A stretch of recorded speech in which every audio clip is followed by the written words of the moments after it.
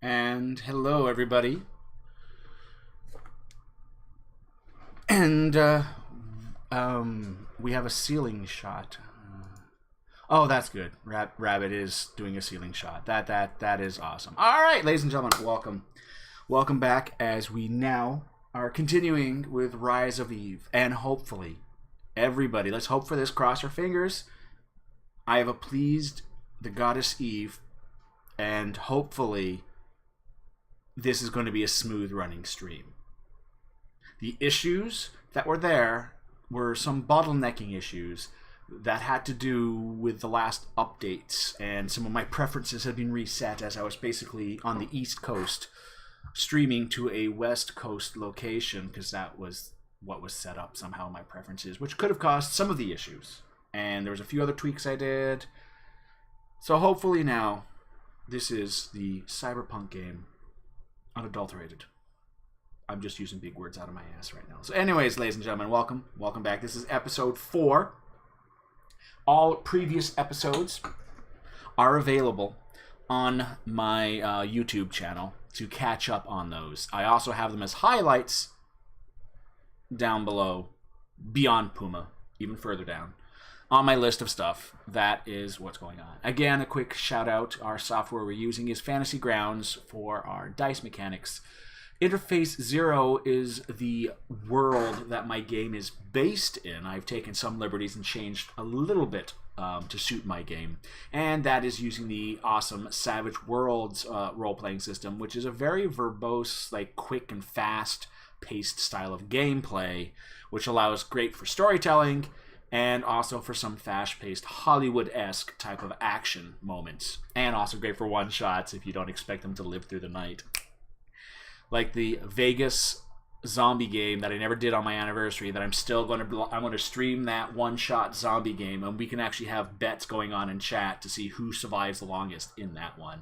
And we'll see if Puma, if he is playing in it, if he actually does kick people's shins. Well, we will see in that one. All right, so here we go. Just a quick little run-through for the cast of characters. I can put people on the spot and let them talk about their characters, which I think I will do. So Puma is a new face to this channel. He's a great guy, and he is playing Hal. Let's hear a little bit about Hal. Well, Hal is ex-military. He believed he was the only survivor of his unit. However, recently found out there might have been another survivor. He, after all of his harrowing experience with the military, he took on a job as a chauffeur for Princess. Alexander Snow was your boss. Alexander Snow, yep. And has been driving these brat little girls around for a while now. So, and he's got a really good friend, Mr. Smith, that he's hangs out with a lot. And that's a beautiful segue as we take you to that beautiful, sprawling cat by the name of Renset, who is playing Mr. Smith. Let's hear a little bit about your character, or what you've let the public know. Well, Mr. Smith is an escaped android. His background's a little bit shady. He was used for some unpleasant work in the past and gained a little more sentience, and with the help of a scientist broke free. And in his travels ran across Puma's character, who was a little useful in patching up damage he had had at the time, and that's how they became friends. And through Puma's influences, he got a job as a bodyguard for a person who's not here right now. Yes, Lady T will try to be with us a little later on. I will talk about her character in a second. Mm-hmm. Other than that, he's pretty much a little bit of an enigma. No one's really sure what's going on with Mr. Smith, although he has become fairly well known for having no real understanding of human emotions. and why people react in certain ways to bodies falling off rooftops and such. Alrighty. And on that note, we will slide over to Princess, played by Vit Rabbit. I suppose. Princess is the daughter of a senator type person who passed a law that made it basically illegal to be psychic and many a number of other things, racial purity. It sounds very The Racial Purity Act. sounds very it's bad. I was gonna try and put it lightly, but it's bad. And recently her father's house was attacked and her father was killed, and he did a, what did you call it, Stu? Dubbing. Dummy? Yep, Dub Tech. And then she got a message from him that was awfully caring, which is very out of sorts for his character and mine, because Maybe his she's a brush psychic. of death. Maybe his brush of death made him realize the important things in life, like his daughter. No, I tried. Like, I can't even believe you looking at that face. I can't. And all of her money has been taken away, so... No, it's on hold. It's not really on taken hold away. for the moment. You just gotta go to a bank, But show your face. also, she's not quite the pretty little princess everyone thinks she is. Viva la revolution! Alrighty. Also, she likes to move to France. She what? She wants to move to France. Oh, she wants to move to France. Alright, no problem. I thought you said she likes French fries. I was like, what? Those are Belgian. Why are they called French fries? If they're from Belgium, Well, they'd be that's called solid. Belgium fries. So Belgian it's from chocolates are America, we made call them in freedom Switzerland, fries. right? I mean, Belgian chocolates from like Switzerland then? Actually, I think Belgian chocolate is from Belgium. No. French fries are from there. Yes, and only one thing can come from one place. Exactly. That's how the Sims. That's how civilization's built. Well, two. You could actually have two exports. All right. Anyways. All right, well then they get Belgian chocolate and Okay. French fries. And on that note, we go to our hacker friend, who's also special, played by Elegant Syntax, who also streams and has been doing that Wind of the Wild. Yeah, that Breath Link of the Wild. stuff. That's it. Legend. And by the way, Link isn't the guy's name. I found that out. All right, so everybody, Elegant, you're on. So I'm playing Atlas. She is an anomaly in the sense that she is it's true. She's a hybrid, but she wasn't created in the same fashion that most hybrids are. For the record, most hybrids are done post-birth. Basically, your body's altered as we continue going. Go on. In my case, she was born this way, and as such, a lot of the traditional hybrid characteristics are minimized, which is, it's just interesting. Her father, father, not exactly her father, a scientist who kind of stole her away and helped her create the life that she's living right now, very much underground, not necessarily always on the up and up. She was really into this very popular MMO. This game, I mean, by today's standards, it makes World of Warcraft look like the most obscure indie game to have come out that nobody's ever heard of. By the way, I give it a name. It's going to be it coming has a up in name the stream. now? Fields of Fantasy.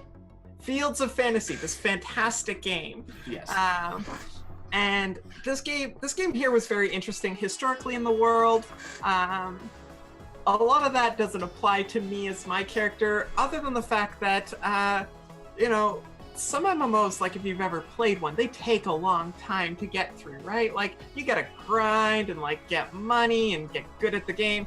Nah, not for my lovely little Atlas. She's a hacker. She totally manipulates the system to her benefit. And that's where she learned a lot of her skills. Started out like very small, just like duping items, and has made her way up to be actually considerably proficient with tech, and uses that as a way to live. She is not very wealthy. More wealthy than VitRabbit's character right now. I have more access to my money, but there isn't as much. But my skill set has made her somebody who was useful to some wealthier friends of hers. And through that, we developed a friendship and a camaraderie, and she loves these people a lot, even though like she knows there's some relationships with, like a father who may have entirely outlawed her existence, things like that. But she likes these people because they're the first group of people to treat her like a person, and not everybody in the group actually knows that she's a hybrid. In fact, just me. Yeah, I was gonna say there's only one. And that was last. That was last episode. That was last session. And then Lady Misspelled Art, aka Lady Time Lord, who changed her name, Lady T, as we lovingly call her, is currently going to try and join us a little later on in stream. I'll be playing her character as an NPC. She is playing Crow, who is actually friends with Princess. They grew up kind of together. Their families were close, and until the death of the father, did they not realize how close the Ashfields were. And she was the best. She was the best child a father could have. Literally, he paid for her. She is a human 2.0, which is effectively gene modded, perfect little child. So that's what she was. And to rebel against her perfect father, who was always traveling with his wife and her mom, and that were never home. They all traveled. They were constantly globe-trotting, leaving her with tutors and all that stuff. So she became a musician, and a punk-style musician. Artwork done by Lady T, who's very talented. And that's how she rebelled against her parents. And it was at the concert that all hell broke loose, as you'll see in the first episode. And I have to say, as a DM, this is the most revealing episode ever. You check episodes 1 and 2. I'm talking in 2 about their history, and 3. But when I first have it, they're like, hi, we're not going to say too much about our secrets. But I think both Mr. Smith and actually Atlas have told more to the rest of the player group that the player group actually didn't know about. But they got to keep that under wraps. But that is kind of cool. It gives you a feel for the complexity of the group we have in front of us. That being said, a couple of clarifications. The Fields of Fantasy had a rogue moment because Zeke's, which what VitRabbit's character Princess is, Zeke's is a nickname for people that have unlocked their psychic potential, which used to be in secret corporation labs, government hiding holes, but a bunch of rogue government scientists said, screw this, everybody should have a chance to unlock their potential. And they secretly put in code into Fields of Fantasy that would bombard players with the right key things subliminally to help unlock any psychic potential they may have. And before they were shut down, and Fields of Fantasy was making so much money, they did some tweaks to keep the game going. And a lot of this hype was put under the belt, but worldwide, random psychics were starting to show up in the world. And it progressed from there. The organization was shut down, but the damage was done, and regular Joes were developing psychic things, untrained undead. That brings us to the beautiful Racial Purity Act that was passed in the North American Coalition, where our game takes place. It's a chunk of the U.S. that's left that hasn't been destroyed by nuclear war that happened early in history. They got the Badlands out west. I'm very sorry, Midwest America. You're just Mad Max now, I gotta say. And they put forward this act, and what it is people were genetically altering themselves, hybrids, which basically mixed animal and human DNA together to give animalistic bonuses, strong strength, literally strength of a bull. They had some, horns as side effects or whatever. But, and a lot of gene modding has been done. This Purity Act thinks that humanity should stay pure to its original genes, and has basically, it's now boycotted the use of these labs to genetically modify people. That's the one thing. Secondly, psychics, because of the threat they possess of not being controlled, are not really illegal, but should be registered and under lock and key so we don't have rogue psychic phenomenons happening. So also, it's a slide category for any type of rogue AIs, because in the other continent, Charon has devastated the economy of the great superpowers over there. He was a rogue AI that was dealt with finally. The damage had been done, destroying a lot of companies, and if you see in the previous videos, creating the global conflict that is slowly rising all around the death. Look at this! Fears the guy who just in the nick of Rabbit. time. Thank you. I was just testing to see. Yeah, I forgot to switch. Ain't we just? There. Yes. That was pretty loud too. I think I may have deafened the audience. The volume for that was pretty high. So, with that being said, the Purity Act is being put in. It's a controversial one, and it is literally splitting the nations on their poised opinion of what's going on. And Vit Rabbit's father, Alexander Snow, was instrumental senator that got the bill passed. And that was one of the reasons for this terrorist attack on his house. That has also had a party of other individuals that hopefully will have some light shed on this. They ran away from some squad of German-speaking assault troops that were coming after them. There's a mysterious bounty hunter in a long coat with a big pistol that no one really knows, that's been in this story on and off a bit. And there is also now... Once.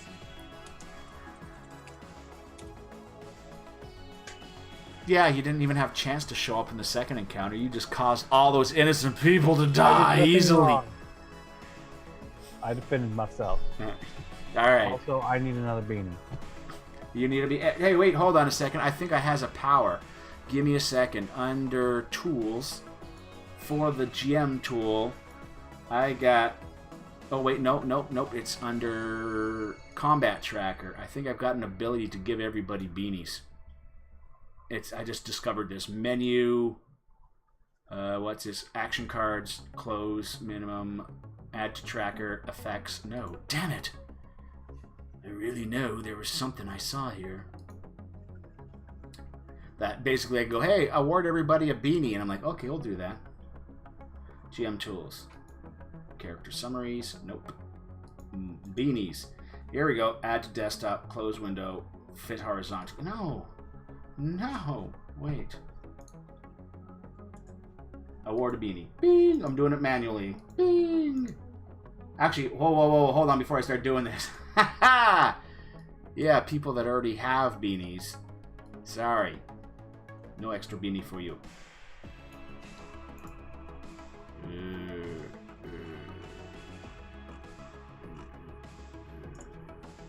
You soaked. How great. Alright. So let me just see who needs a beanie. There was a button I found that allowed you guys to you were the only one that used a beanie. Everyone starts with 3, and they can be used to soak, re-roll dice, and all that. I did find it somewhere, and I thought it was really useful. I thought it was in the combat tracker. Like when you end combat, it's like, oh hey. Oh, alrighty. But I will find it again.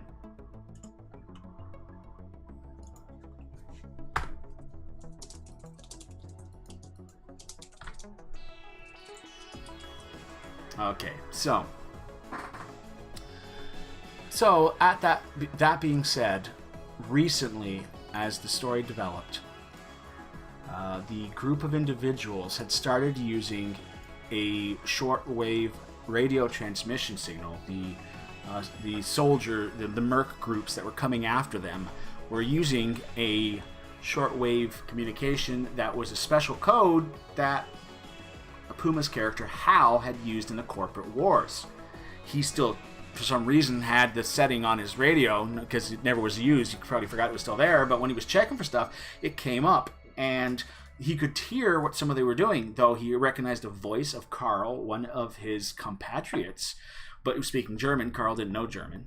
And so there were two weird phenomenon happening, and that led to an interesting game that they started saying certain codes that were used by his group on that channel, and it caused a very odd reaction as suddenly Carl seemed to break out of whatever was affecting him, and he started sniping his own team.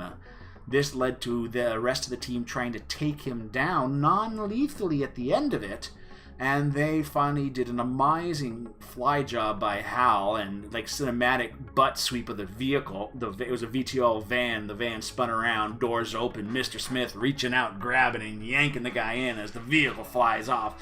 They have gotten away with the... You totally left me out of that entire equation. And then riding shotgun was Princess, who used her psychic abilities to cause the group to freak out, and it was quite successful as one of the guys got into the craft and flew away. So, that being said, they were also making deals with contacts that were just discovered that Princess had in the underground resistance movement that are now coming to pick up our friends from... We're in a crappy section of town. We're talking about, even the hoodlums don't like leaving their cars on bricks because they figure they'll steal the bricks. I'm just saying. Well, it's like the bad zones in like the first Judge Dredd I mentioned. Oh yeah, that's a beautiful reference. We can do that. Yep, so hiding in a noodle bot may be your alternative, depending on the Dredd you're referring to. Alrighty, so with that being said, we've reached an odd comm. We've got a rendered unconscious, tied up Carl, who was, for all intents and purposes, dead. Yet, unlike the rest of Puma's teammates, that's entrails, blood, and cranium fragments coated his body, Carl didn't really get a headshot. So we're wondering if that had anything to do with this mysterious Carl being right here. But who knows? Maybe we'll find out right now in episode 1.4 of Rise of E. And that's either Steve doing some beatboxing or moving his microphone around. All right, there we go. All right. So. It's me trying to block out the sound from another room. Dude. Alrighty, so. Effectively, there's a comm. Whatever's going on with that organization, there was a recall done, but they also stopped using that communications channel. You had to surf around to try and find out what channels they were using. You're basically still in a... You're, by the way, do I have to describe how insane your father's probably got right now, Atlas, as a merc of some sort in heavy armor is being dragged, tied down into his room? I mean, I imagine I completely understand how insane my father's being, but the rest of the gang might not. At this point, Father's going to the cupboard that he never stores food in, opening it, and you see enough kind of little pop bottles that have got wires attached to them, some sort of timing mechanism, and you notice that the liquids from one pop bottle will pour into the liquids of another pop bottle as he's now setting that up. I think it's time for... I had a note on in my notes there that when we returned, we had jammed a signal from the enemy thing, and Yes. I wanted to run a trace on that. Yes, the satellite upload. You did get an amazing job on trying to do the track for that. Yes. And that will be a target number of 8 to try and follow that path through. Okay. Nope. You were pretty close, though. It's a bounce, and you can tell it's over the ocean. Like, basically, the satellite is in a position that it could transmit, of course, back down, or back into the other. And since these guys are speaking German, there's a very good... I'm good with that. I'm good with that. But you also had issues because it isn't a single up and down. It was up to another satellite, and going back down again. So basically this was jumping professionally around that. All right. Okay, so yeah, my father's going bonkers. He's basically priming the house to be taken down. I just... At that point, I go there's a to- mew from one of the cats, from the cat lady on the second floor that has no clue that your father looks like he's going to basically blow this building up. Dad, you don't need to do this. It will gut the lower areas, and the other people will be able to get out in time. It's more of a liquid napalm that will spread than a high concussive blast. But there's no need for it. Our DNA is in here. I've shit at least twice. It's in the pipes. I'm not going to get the Roto-Rooter and clog out the remaining pieces of my DNA that's inside the pipes. Dad, they don't want your DNA. That's how they track us. No, It started way back in the 20th century. Oh, find out your ancestry. Send us your DNA. And now they track us by it. Don't you know? Everybody's DNA is on the record for the aliens. Dad, I think you're being a little bit paranoid. I need my pills. And he goes back to the bedroom. You do need your pills.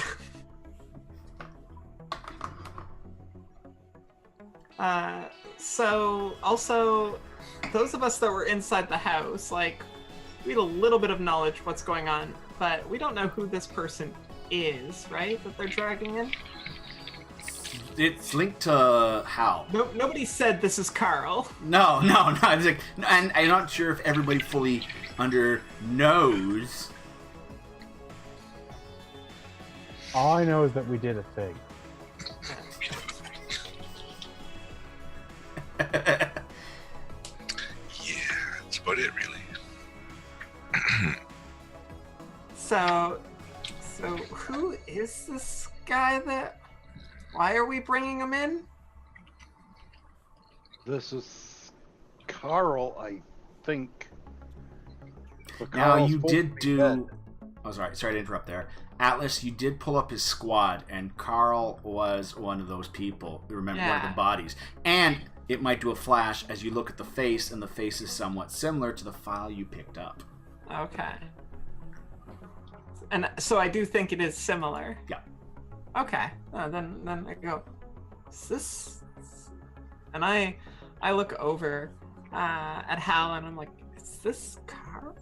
Like, and I mouth it. I don't say it very loud. I'm like, I gotcha. Yeah.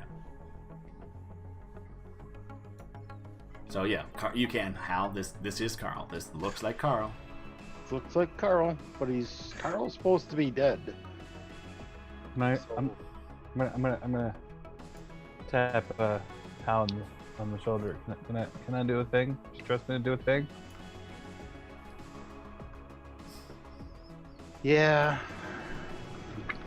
Okay, I'm gonna read his mind. Whoa, Since OBS. he's Whoa. unconscious, I don't actually have to fight him. I can just read his mind. Yep. He's unconscious. All right. I do have to roll to make sure Mm-hmm. that I don't roll a 1 though. Yeah, that's about it. Now, I did the whole little number key for OBS for moving stuff up and down, and if you type it too much, it just continues going. When you hold your finger on it, it kept going. So Rabbit's little picture was going up and down there. Okay, holy crap! You got a 9. You needed that because you are confused. You're getting fragments of thought, and it's kind of helter-skelter. It's like his head is scrambled. Bits and pieces are missing. Have I ever experienced this before? No. It's like he's dead. He's alive. He's not alive. He's dead. It's fucked up. Surface thoughts right now are not that much because he's unconscious.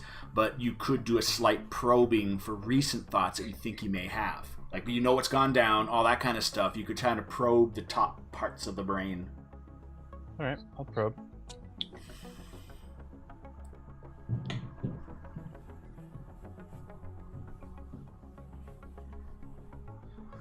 If a 6 isn't good enough, I'll use a beanie. You can pick up torment. this individual was literally fighting against something to keep awake. Almost like a nightmare or something, that he was literally in a contest of wills, maybe with another psychic or whatever.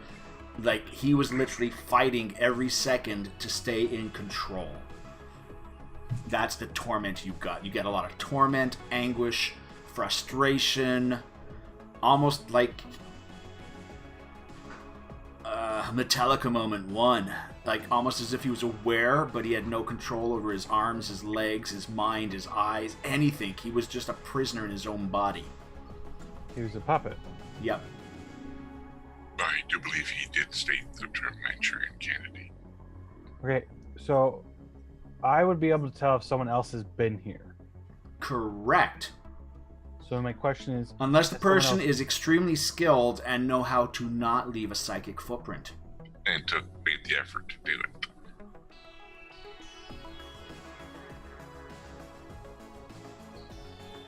Which, with a 6, you do not sense any other psychic's involvement here.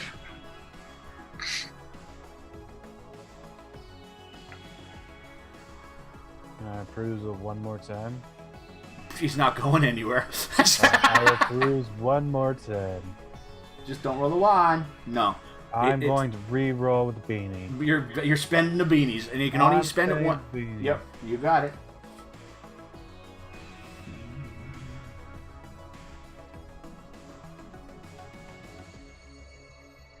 I think you get better. There is no psychic residual energy that would even spark of the only psychic energy you're picking up is yours. Residual. You know what I mean? It's like, whoa, from when it's like you're picking up your own energy from what you're expending to use your ability. There's nothing, at least in the last few hours. Because after that time, it would naturally not leave a footprint at all. Like, the person has to be in, unless they've left a back door to get into that person's mind again. There's no trace after a few hours, because the energy dissipates. But if the person leaves a back door in the back of a person's head or whatever, so they can pop back into their head when they want to, that is an actual physical psychic link left. Nothing here. So that means no psychic has been in this person's mind besides you in the last hour. And what was he fighting? Conditioning and brainwashing. The government's been doing it for the past 2 centuries. That would have been nice if I said that out loud. Maybe someone else is a psychic. Not the robot. Stop reading the script. He's Sorry. using fourth wall. He's doing the fourth wall thing on us, Mr. Smith. No. I know he's a robot. Remember we had that conversation? Yep. No, No, I was saying he's doing the fourth wall thing. I'm just saying. Oh, right. Stop reading the script. Okay. Dude, I think your friend died. So then, how... Gee, Hal, tell me something I don't know. Okay, so what basically happened was she went glassy-eyed for about a minute and a half, and then she came back to, looked at you and been like, dude, I think your friend died. Yeah, he died a long time ago. That This doesn't man does not look explain. dead. But this doesn't make no. I mean, like, he was dead. She's got this creeped out look on her face. I think, I think it's just. I guess that Not is like your character. He died and someone brought him back, like, in 8 seconds or something. But no, he was dead. Okay, then how would he be responding to our codes and stuff that I sent him? There's got to be some type of memory left. It's all a jumble in there.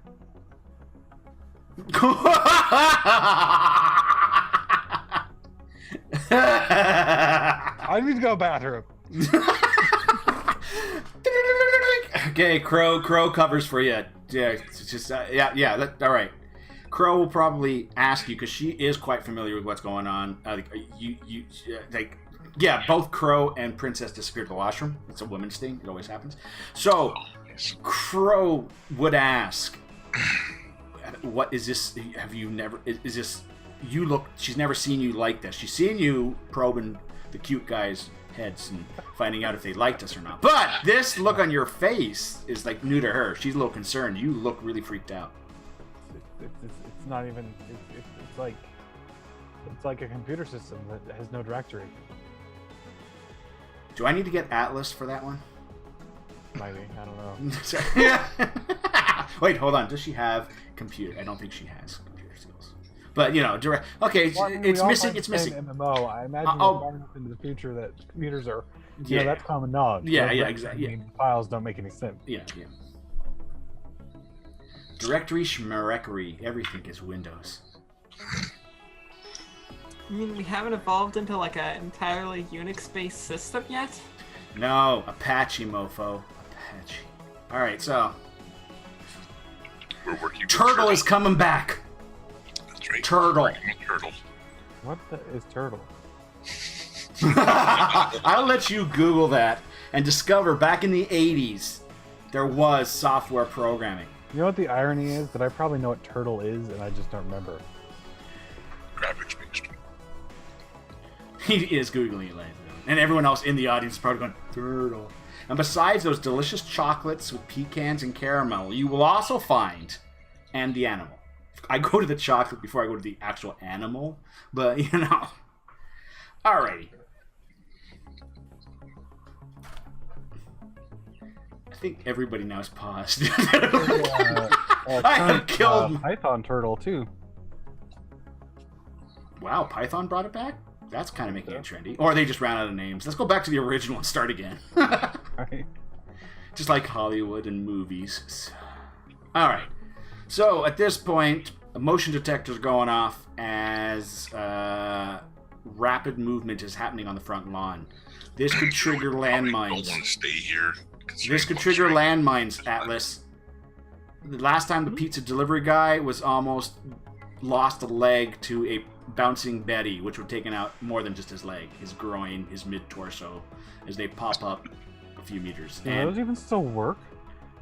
Dude! I could make a very not nice comment about third world countries and poor children, but I'm not going to. They do still I was work. teasing. I was hoping to get that comment. But, no. That's not the worst part. It's what it does to the pizza. I think I got some extra meat in the pizza that I didn't order. It's these chewy bits. It's a little bit overcooked.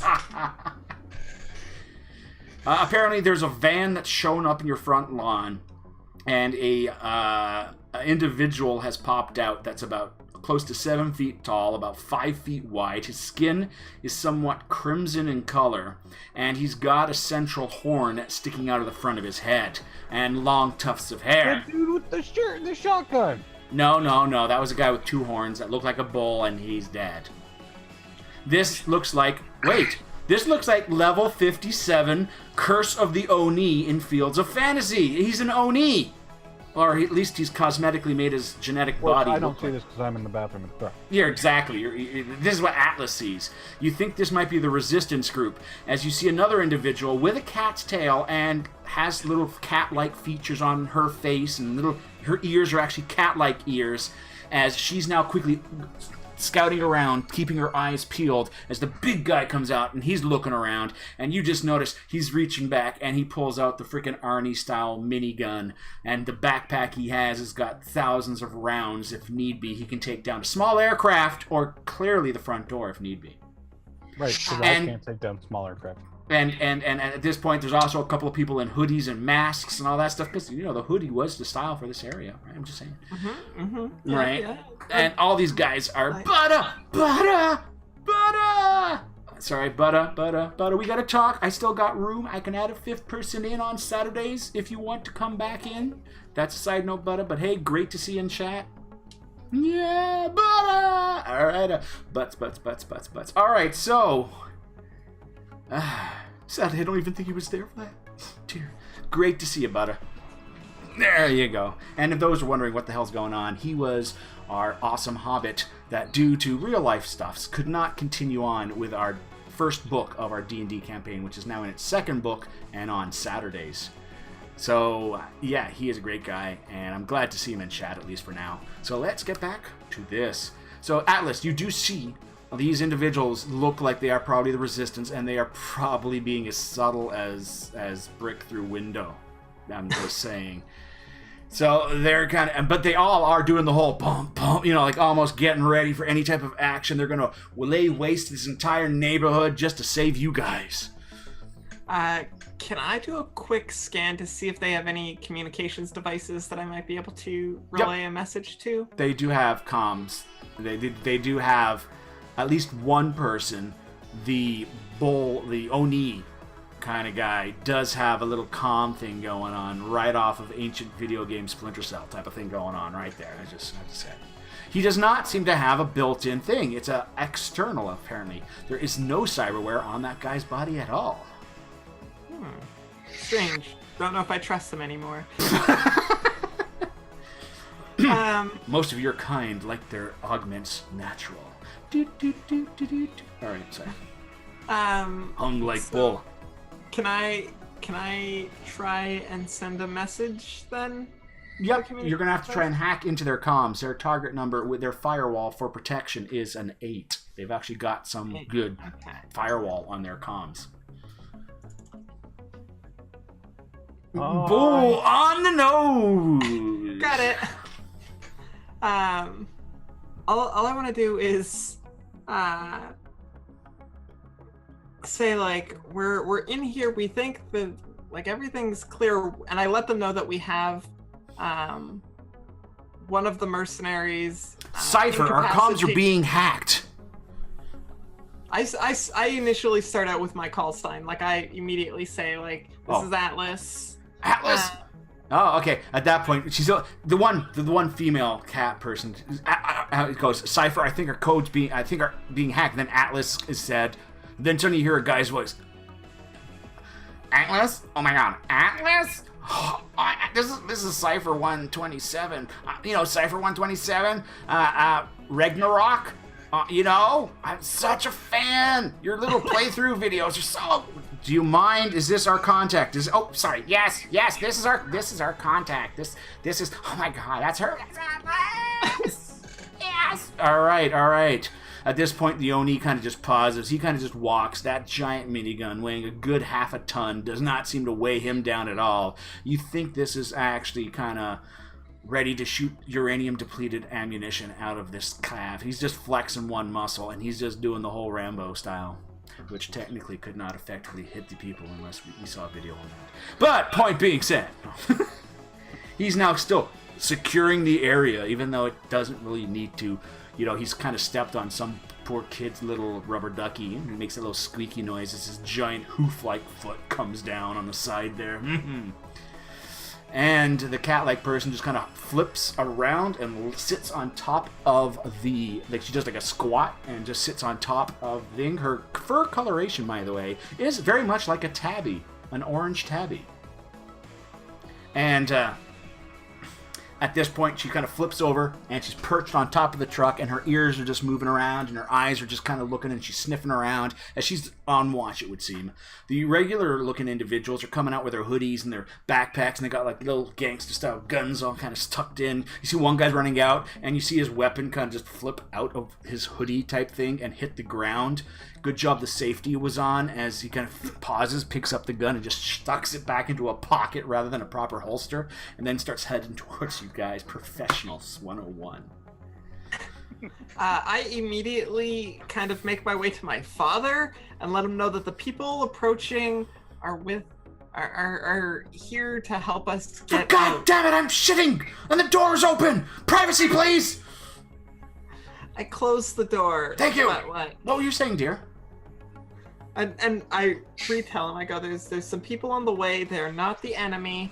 You do not need to blow anything up or burn anything or shoot anything. Right. Okay. Could you do me a favor? Apparently, no one put a new roll in here. I think we picked some up with groceries. Could you, dish me a roll from the cupboard out there? please. I go back to the kitchen, to the cupboard where we... So, in other words, these guys are Why do you approaching. keep your toilet paper in the kitchen? We don't have a lot of room. We only have cupboards in the kitchen. Okay, you're coming back from the washroom, and you hear her having a conversation with her father about, don't need to kill these people, and then there's movement outside the door of this place. And then she rushes out, grabs some toilet paper, and then starts heading back.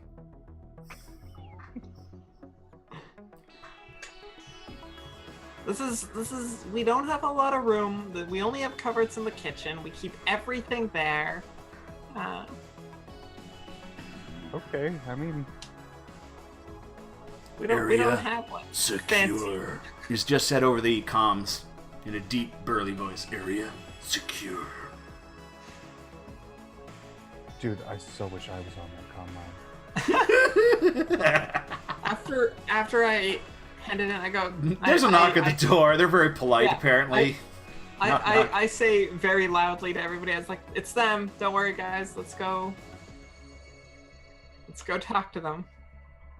I don't know who's closest to the door. Hal, you just happen to be close to the door. Well, Hal would probably be guarding the door anyhow. Yep. You open the door? Military training and all. I imagine at this point, Hal's doing Carl. Whoa, what? He's not. Not literally. Oh my god. I think we almost had a pop splurge happen Close, there. but come on. I mean, yeah, no. That's... They basically followed some ancient Spartan training to get closer to fellow soldiers. All right, so it's true. Okay, so yes, so well, with the size of the house he was, but he is still closer to the door. It's a running joke for this. This is just a rectangular shoebox, effectively. I would do a battle map, but apparently I can't make the squares that small. Oh, yeah. Oh, tears. So, yeah, at this point, two hoodie guys come in and just pause. One guy goes, "What's up?" And when he raises his hand, you hear this as a 9mm pistol falls out of his... leans over, picks it up, shoves it back in his hoodie. You can stand outside.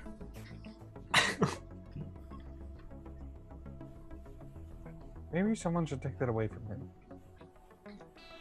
And the worst part is, he's super white too, but he's trying to push off as a gangster. It's just not working for him. He's dropped the gun. Well, to your knowledge, once. Did he not respond to "You can stand outside"? At this point, he's like, "And who are you?" The other guy just kind of just puts his hand on that guy's chest. You should go outside. Yeah, we just...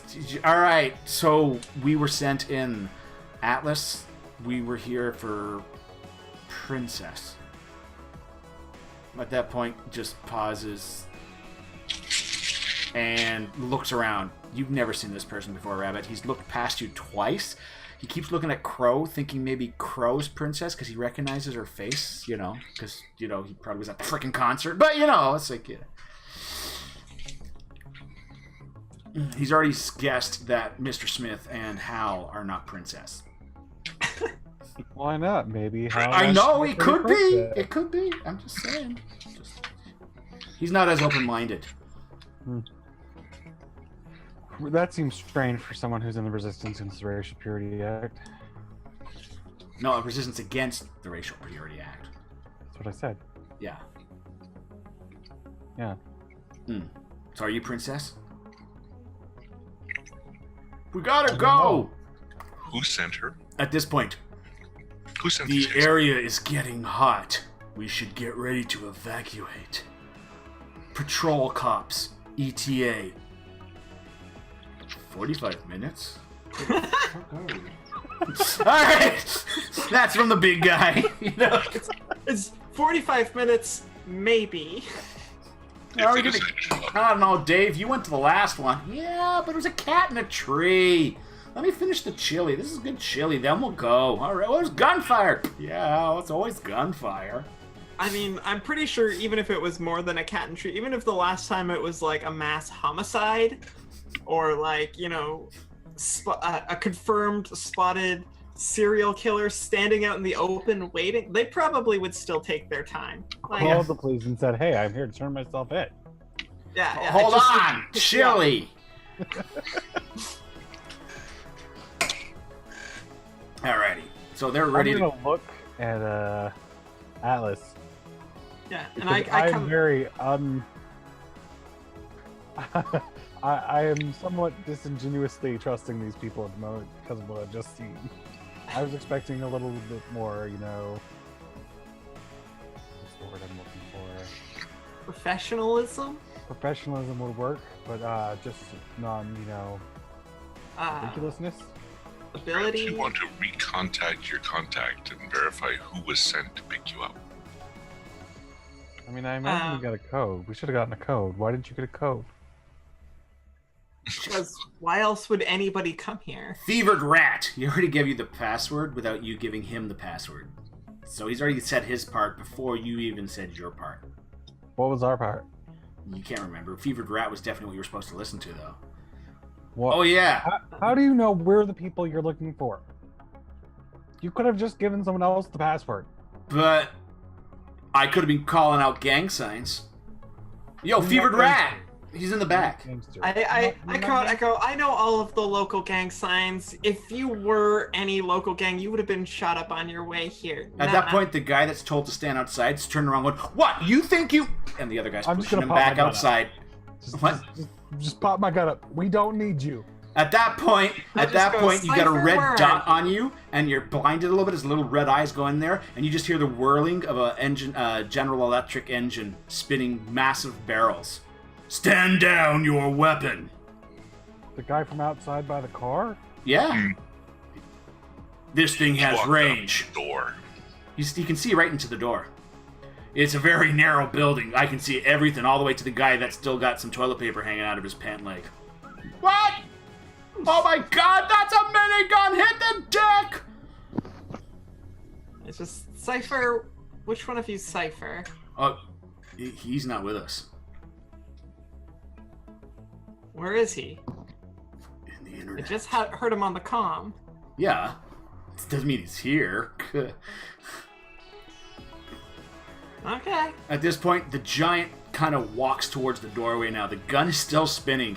You notice there's a central barrel that is set up for a 40mm launching system in the middle of the actual minigun that he's got designed. You also see that the barrels themselves have a little bit of a thing that makes a slight whizzing noise because it has some sort of a blade that will flip out to allow him to basically turn this into a giant cutting tool. We are here to secure the package and to move on. What is the delay? He says in such a demanding and powerful, deep baritone voice. I mean, I suppose we should go with them. We called them. Are you sure? Have you verified? Are you They princess? gave the password. Excuse Well, you. We're having a conversation here. Maybe you could not interrupt while we decide what's happening, okay? At this point, you just notice the veins in his neck start to be more accentuated, and you actually see him snort. Snort! Dude, A little we bit. got 45 minutes before the cops show up. We're fine. 43 minutes, 28 seconds. my I've got a gosh. timer If they set. decide to We show will up, give you an answer in the next 10 minutes. I send a message to. He snorts, the guild and his leader. foot instinctively scratches at the ground. His hoof, I should say, is cuffing at the ground there a little bit. He's had his feet genetically augmented to get that awesome foot type kind of hoof thing going. I send a message As well as the horn. in Fields of Fantasy to the guild leader, just saying like, did you send these clowns?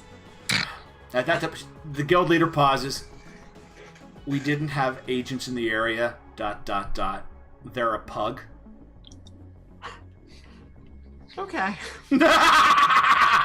And any gamer out there gets that. All right. And if you don't, basically they're whoever And they could get to the area. I just immediately reply, so you expect us to carry, they just know the way? Yes.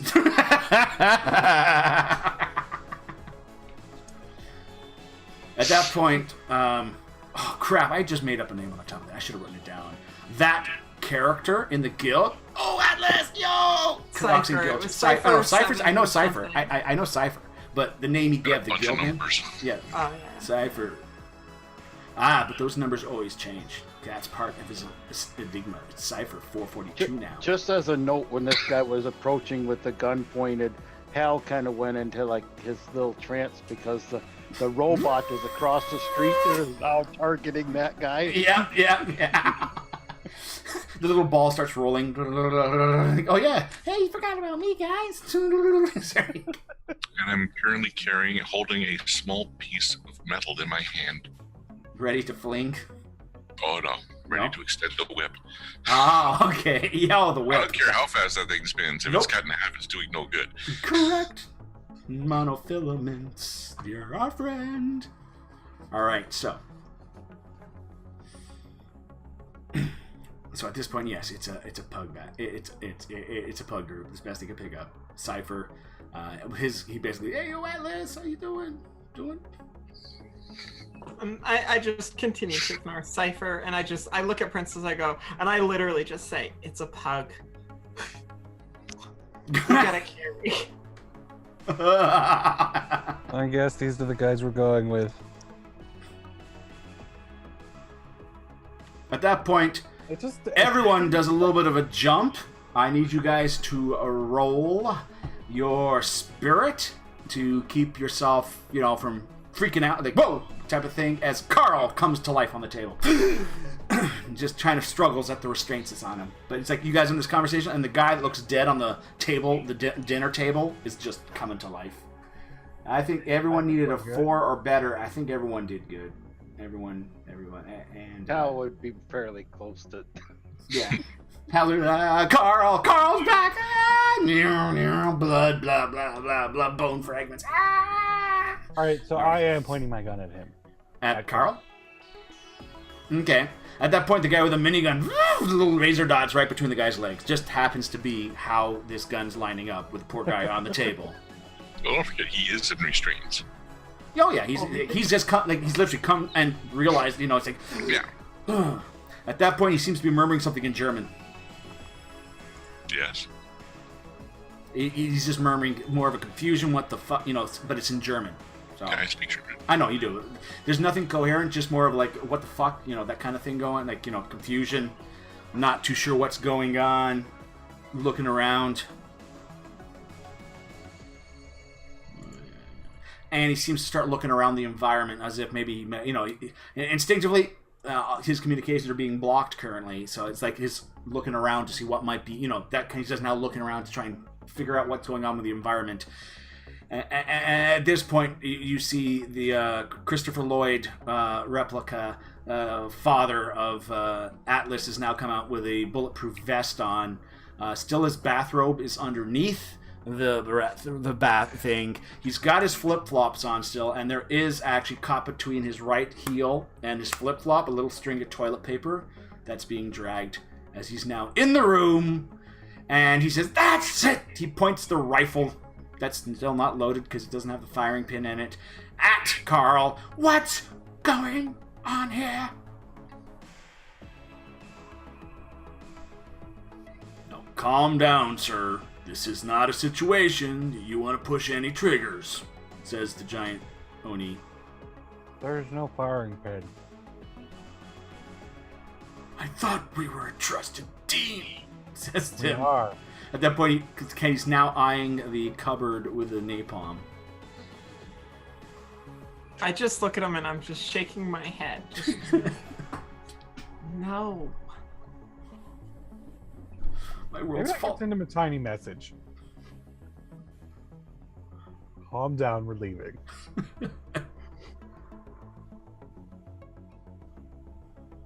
I also look at him and I go, Dad, if you blow this place up, you have to tell me where we've moved to. Also, bring my computers. Boom, the cat's voice quickly comes onto the comms. Atlas, you're still tied in. Mm-hmm. Oh, fuck, I think the hunter's coming. At this point, you see the Oni kind of just pause. We've got to leave now, he vocalizes. I go, Hunter? You talking to the cowboy? At this point, you see the Oni look. You know him? Seen him. Can we knock this person unconscious, please? He's a competitor. I looked at Hal. Hal? Carl's up. Carl's up. Can we Carl's knock up. him Carl's unconscious and up. go, buddy? You're out of it, by the way. You've passed your little Hal is heightened. still concentrating on the robot across the street. His mind's elsewhere.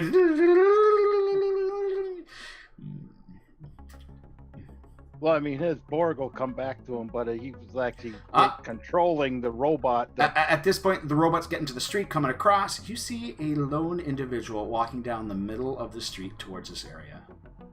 He's got his coat dramatically blowing in the wind. He's currently got a heavy, massive-sized revolver that's cylinder is out as he's casually loading in shots, walking down the middle of the street, casually heading this way. Okay. It was the breaks guy you saw contact at. It was the guy you saw at the nightclub. And yeah, Yep. Okay. So Hal at this point is just going to break contact with the robot, so it'll probably stop in the middle of the street so that he can relay to everybody. What is the robot's hack? Does this bot have the hack in it? The hacking? Yeah, this is the one that. What is it? Just a die 4? No, this is the robot that Ellie. The security robot. Oh, this is the security robot, not the little ball robot. No. Okay, that's already come back. You're talking about the big robot. Oh, okay, yeah, the ball robot. I figured. Okay. Yeah.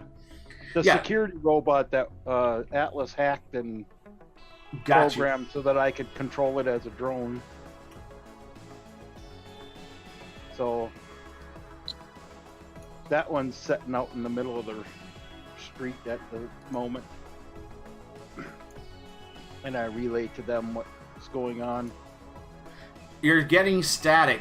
You think an active hack is starting to go on that robot.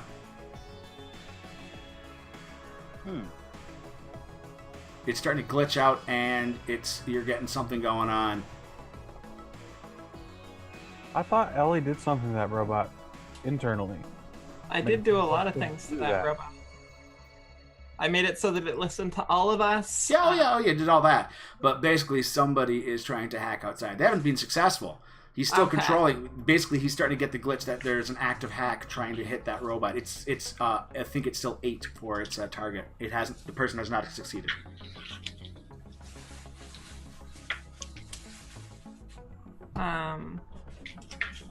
Do I know that it's being hacked? No. Hal is aware of it because he's connected. Yep. Well, I just disconnected and probably noticed it right before I disconnected. Yeah. Where was the robot? Yeah. Where are you sending the robot, Hal? Like, where was the robot was en route over here? Yeah, I was on the route across the street to the truck. To your truck? Yeah. Or the van? The van. That these guys showed up in. Yeah. All right, because that would also change the scenario. Does that van actually look big enough to hold their group and ours? No, probably not, especially if you're bringing the robot.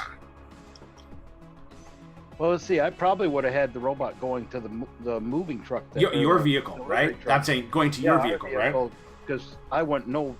Because I'm on the inside. And also, this changes the scenario a little bit, which you can probably have covered for. I thought it was the small ball coming back, which may have been missed. But that thing with its minigun, with its light machine gun, suddenly crossing the road, caused the cat to speak up. Our giant Oni friend with the minigun spin around single-handedly and get ready to strafe down that robot before you probably spoke out saying he's ours or whatever. I'm just because backtracking a little bit, that would have been something that would have happened, especially if they saw that suddenly coming across the road. You know, well, when that guy was starting to point his big gun at us. Oh no, he's just loading the gun, walking down the street towards. No, I'm talking about the big guy that. Oh, the mini. Yeah. Gotcha. I got you. Yeah. Minigun. When he pointed it at us, instead telling us to stand up, that's when I took control of the robot. Okay, now it's all coming together. Got you. We have too many robots going. I got you now. I got you. So yeah, so that kind of. So at this point, though, with this hunter is supposed to be coming, so they want to get in the van and get out of here. And you can clearly mention that not everyone is going to fit into that truck. Basically, well, you could all fit, but not the robot. He's going to not fit in. But at this point, you've also got a van that you may want to, that you know is clean, a truck. Mm-hmm. You've got the VTOL. Their vehicle is a hover van. It's not actually VTOL, so they don't have a height advantage. Yeah, I think we need to... Actually, hold on. It's not even a hover van. It is old school wheels on the ground. Yeah, no, we're not going on that. I think we need to be taking our moving truck, because the VTOL is definitely a plus to getting out of here. Alarms are going off on your computer. Elegant. I need you to do a hacking roll. Somebody is doing a contested hack to get into your system.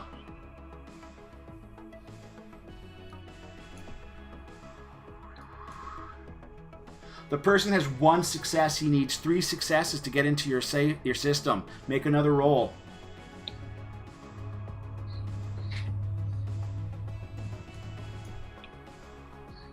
You've got a success. You are 1 and 1.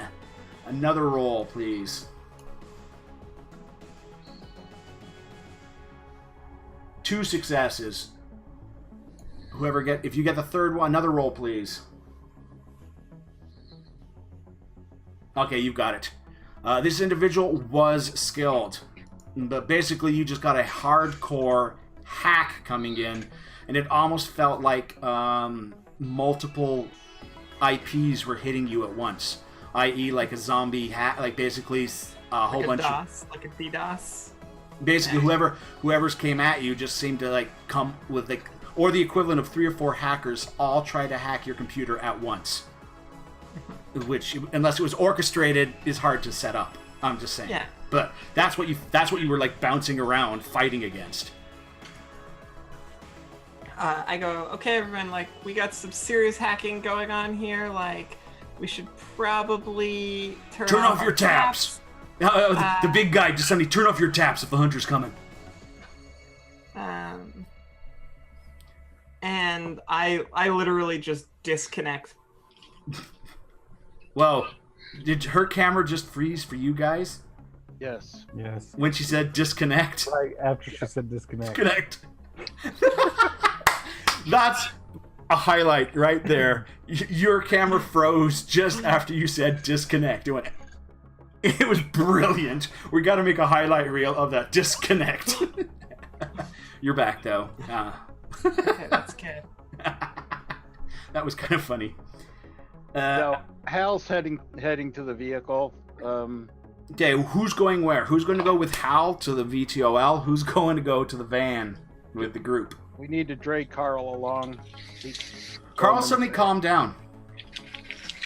And observing. Enjoyment to Carl. Because that's what he keeps rambling in. Mm-hmm. In German, I'm just going to tell him, okay, you're in a bit of a shitty situation. We rescued you from your team who was trying to beat the crap out of you at the behest of Hal. We're going to try and help you. He just nods. But we're not going to take the shackles off. Just nods. Right. So who's going where? Going to the VTOL. Calling it here. Calling it. And Hal's going in and getting hooked up. Yep. We're getting the robot's already gotten itself in there. And at this point, you can actually see the guy. You can actually see the guy down the street. He's looked up, and he is now kind of walking towards the vehicle. He seems to casually start lifting that pistol of his at such a great distance, but he's kind of looking at it, trying to just point at the VTOL, and he's casually walking forward. On my way out, I yell at my dad and I go, "That one there, you can shoot." I'm losing track. There's too many people here. At this point, you see your dad's got his emergency health kit over his folder. He suddenly he taps on the wood, pulls out some of the fake wooding, pulls out his briefcase, He's got a little briefcase for emergency running away stuff. And at this point, he kind of just grabs the 2-liter bottle with all the wires and all that kind of stuff and just throws it into a little plastic bag, garbage bag, and just kind of holds on to it. And he just grabs all the other bits and pieces and, you could help here, you know. And he starts taking off. Your suitcase is still packed under your bed. Sofa. Thing. We really haven't updated it since you went through that growing spurt. I apologize. It's okay. I sleep in the beanbag chair anyways. I grab my stuff and my laptops and including my new one. Yes.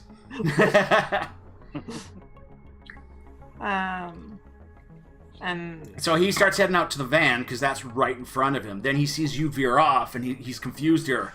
Are we splitting up? And he now starts following you towards Hal's thing. Like, literally, at this point, you see a hand grenade fall out of one of the backpacks and just fall onto the ground behind him as he's kind of staggering out with all this stuff he's trying to carry.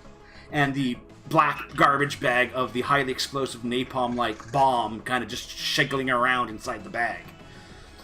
It's like, that stuff should go in that van. You can come in this one, but that stuff should go in that one. I got it!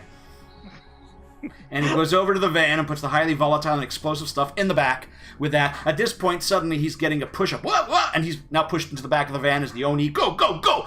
And just kind of, no, what, I'm supposed to go! At this point, they see the rest of the groups going in. I'm supposed to go in the safer vehicle with all the people I trust. Boom, door shuts. Meanwhile, Jacobs kind of comes out. Oh, I really needed that rest. Guys? Go back to sleep, Jacobs. Guys? Alright, so who else has gone in the van? Did anyone else go in the van? Crow, fuck that. She's going wherever Princess is going. Princess, where are you going? I'm going with Hal. No problem. So the group goes to Hal. And at this point, you see the cat just kind of flip back into the, like she does like the Dukes of Hazzard, flips through the passenger side window right into the driver's side. Good job, there's no one else sitting in there. And kind of suddenly starts playing around with the vehicle, and she kind of starts going, and the vehicle starts powering up, and a little boom, and a little kind of a concussive blast comes out, and some black smoke shoots out of the back of the van for a second, and then the van just kind of just goes from like a low rev to a super heavy rev. You just see the wheels kind of start skidding a little bit as it starts to pick up and bolts. How far away is the hunter? The hunter is about 200 feet. Okay. He's just casually walking that way. He's seeing the van take off. He's just kind of going. At this point, you just also get this weird eerie thing going on, as it is kind of evening and all that kind of stuff, and the lights around him are just flickering and going off. A sign near him is going off, and suddenly he's starting to be shrouded in darkness, and he's still got the gun pointed at the truck, trying to just size it up a little bit there. No chance of getting a good hit, maybe. And he's still kind of walk closer. Alright, Hal, what do you do? Everyone's in the vehicle. Everyone's probably not secured in the vehicle, but everyone's in the vehicle. We're leaving anyhow. We're secured or not. Are you going to go vertical, or are you going to stay horizontal when you accelerate? We're going straight up Straight up? first. Mm-hmm. Alrighty. And at that point, you see the guy just pause. He puts his pistol back down, holsters it, continues heading down the road towards her house.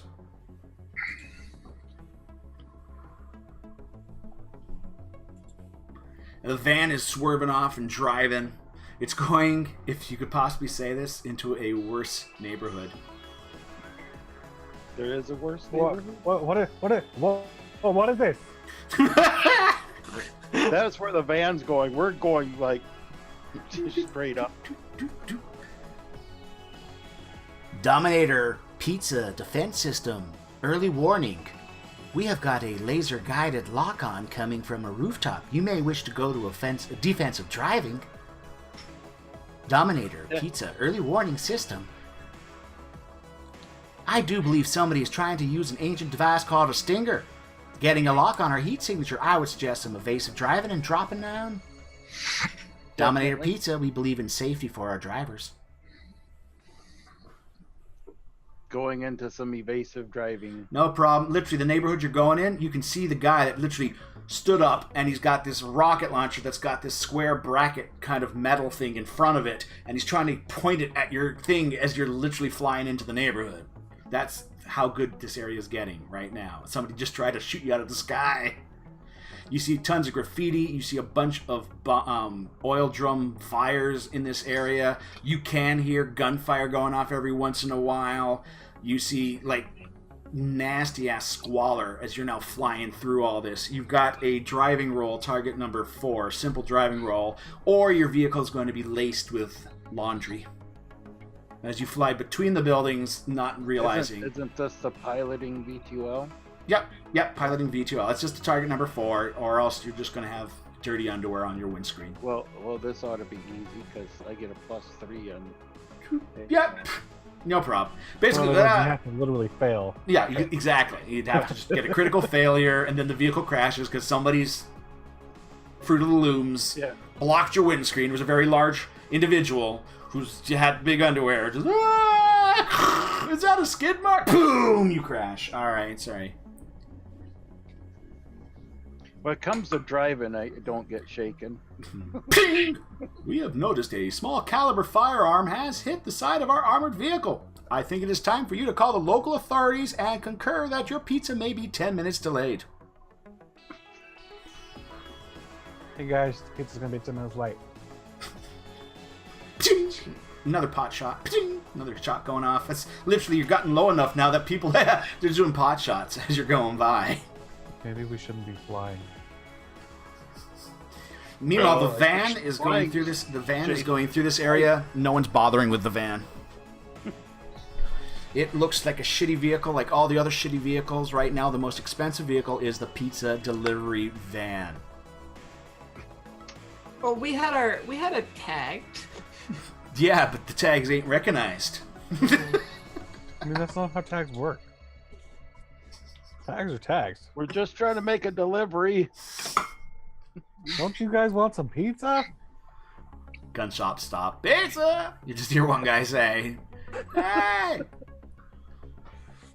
Are there any extra pizzas in this vehicle? You guys can just toss them out as we go by. Actually, there's like 14 pizzas that were supposed to be delivered. They've gone cold. We'll just toss them out as we go by. Poor apartment neighborhood. So I think they'll accept the cold pizza. It's raining pizza! Keep one. Keep one. And this is the robot that doesn't need to eat saying this. Oh, I'm thinking we might need food. Carl's just quiet in the whole van, just looking over everything. If Carl could transmit, he might be trying to transmit. Now he's no longer in the safe area of that. The tinfoil hat that your father had put on his head has come off.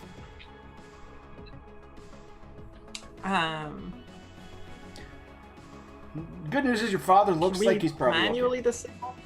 Haven't I asked someone to make him unconscious 3 times? All the drugs were left in the room we left. Right. Actually, there are her other father. ways to knock people unconscious. At this It's point, very difficult Crow when I'm driving. Crow smacks him on the back of the head. He's like, ah! And he looks back and she smacks him again. Ah! And she keeps hitting him on the back. Would you stop?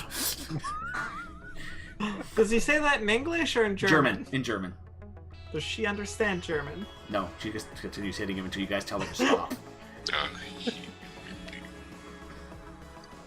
You can stop that, please. She just stopped. Notice roll. Hal's Hal? Notice roll. Okay. Just how? Just Hal. He's driving. Alright, I'm going to need a backup roll now. Oh, Atlas. We got the same thing. At this point, Rabbit, you can do a notice. And Smith can do a notice now. Okay, and... Whew, alright, first target number was 6. The backup target number was 8. So you've lost the van.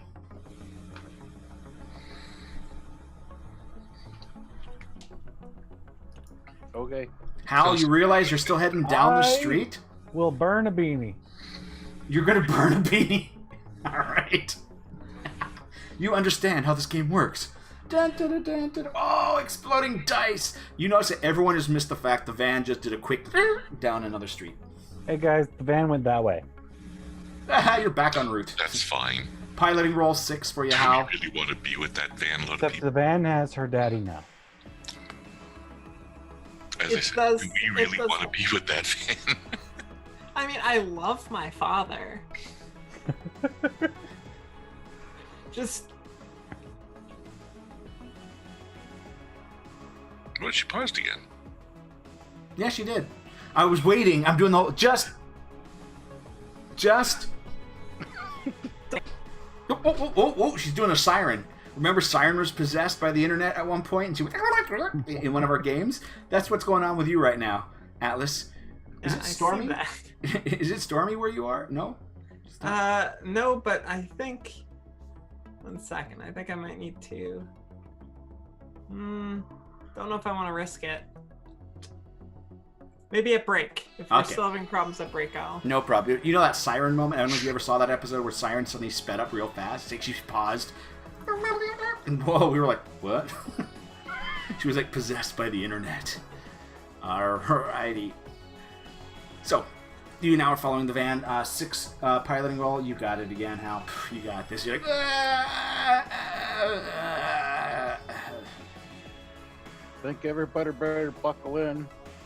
Carl, just relax. We'll get you to safety. Hoping that he'll recognize my voice. You got it. What is that? Hal, your phone is going off. It's on vibration or what? Like you guys, you're ready for combat, right? But your phone, you can let it go to your message. It's a trusted call. Apparently, it's Jacobs calling. Guys, where'd you Did go? we turn off our taps? Well, I thought Jacobs was sleeping in the. He was just waking up. But guys, did you guys like the house was empty when so he's calling now. Oh, I thought he hold on was a sleeping in the delivery truck. We I were thought he in never he got was out of the sleeping in the delivery. delivery truck, got out of the delivery truck, missed us getting into the delivery Yep. truck. Okay. Well, no, don't you remember he was sleeping in the delivery truck? Then, before the shit hit the fan, he came into the building, and as you guys were figuring out stuff, he slept in the building. And then the gunfight went on. You guys went out, did the gunfight, bring back Carl, and now these people came, and you guys have left, and Jacobs is now waking up, and you guys are gone. Because remember I said he really needed to sleep, he was tired, right? So... Because after being in prison, and that awesome hot lawyer that you didn't send for him, that spoke German... So That's anyways, okay, Princess. It was just Jacobs trying to call.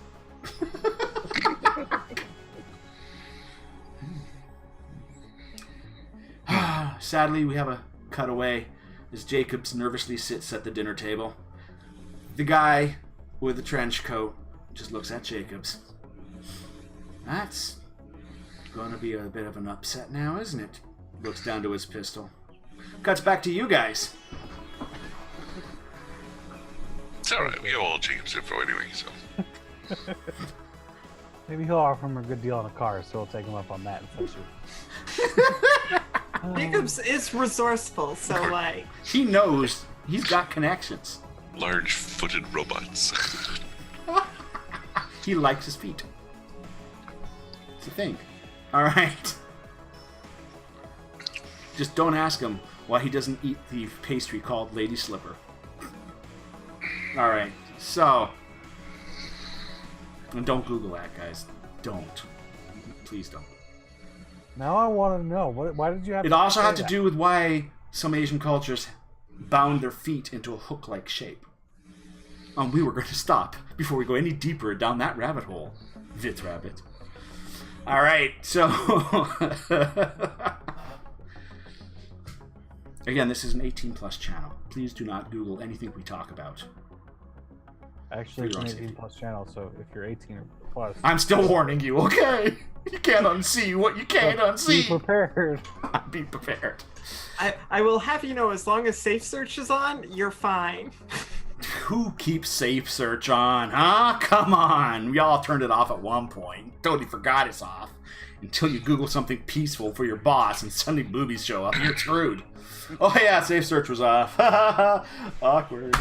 Yeah, just remember, the Why would you broadcaster turn could that have thing not off? mentioned these things, and that would have solved the whole problem. Home office issues. All right, So, here's a pro tip. Carl could be transmitting to the German people, and no one seems to care. I'm not the hacker.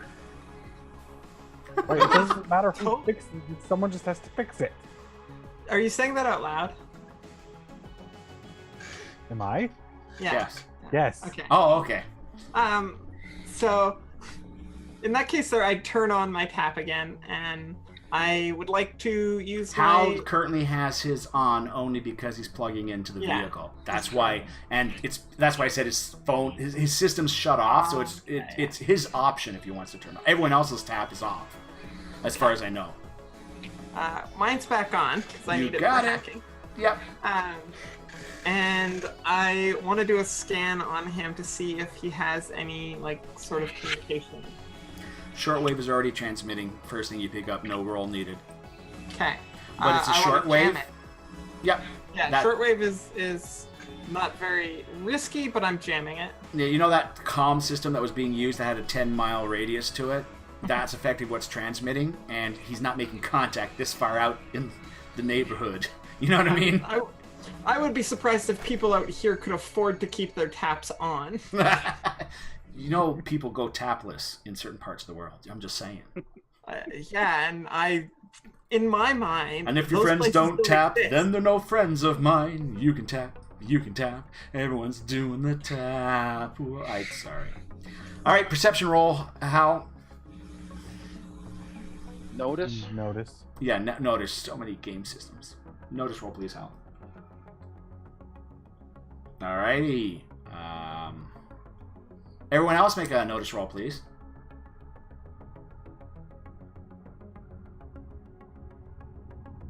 Mr. Smith? No. I'm too concerned to see if he's trying to get out of his bonds, that's all.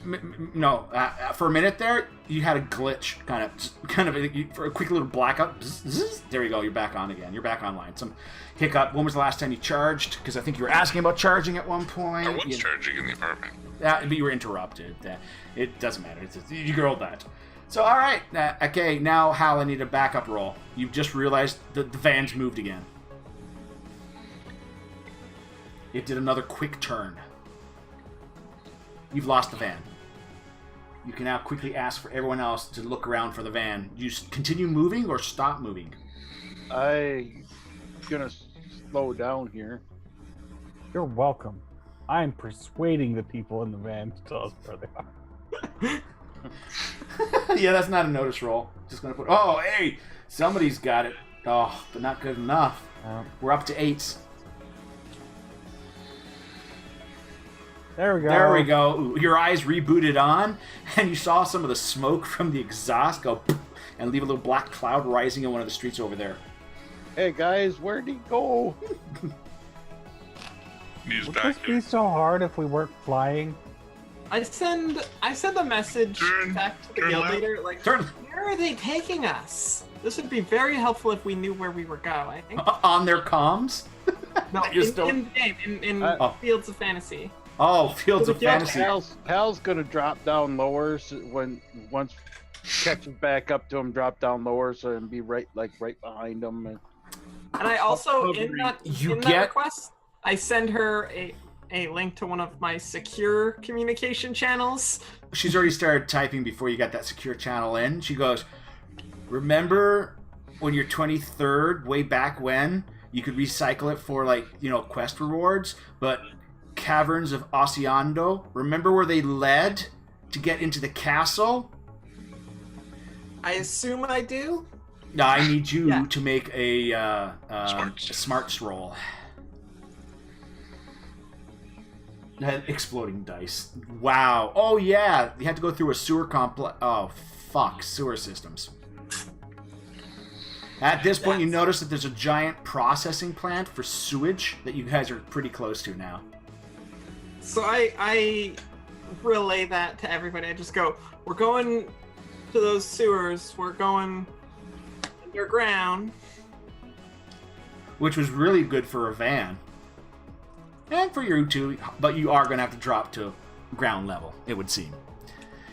And you are able to connect up, and you see the gate to the old sewage treatment plant is sliding open, and there seems to be a person in a hoodie that seems to understand how to hold his submachine gun. That kind of seems to be at that gate, and the van is driving into that facility. That makes me feel a little bit better.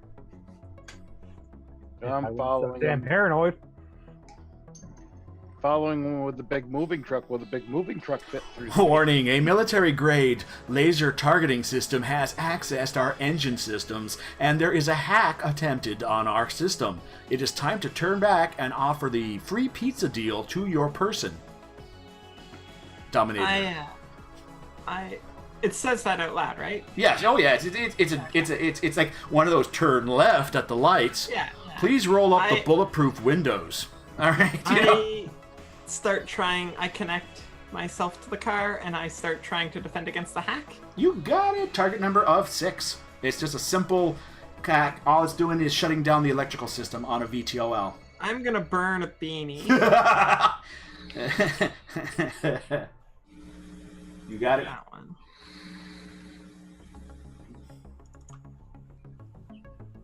Yep.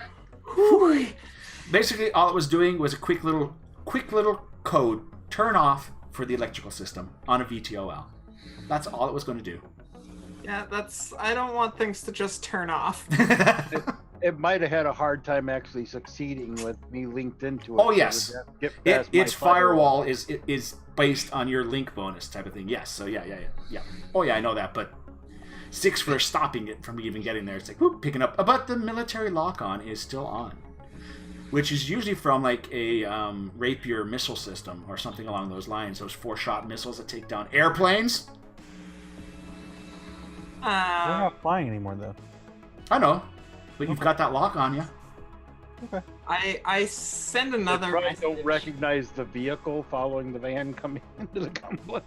You know, at that point, you just notice that the van has gone in, and you see the cats leaning out, quickly gesturing at the VTOL. And at that point, you just see some guy who's sitting down with this big box, and all he's doing is pointing this box at your vehicle.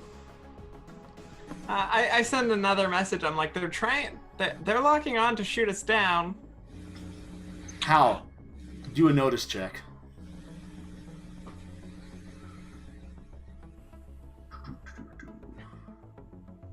Rip us. Hal, the guy that the cat person is gesturing to, the person sitting beyond them with the big box, has actually got the targeting system of a Rapier missile system that he's holding and pointing at your vehicle. Bloody pugs.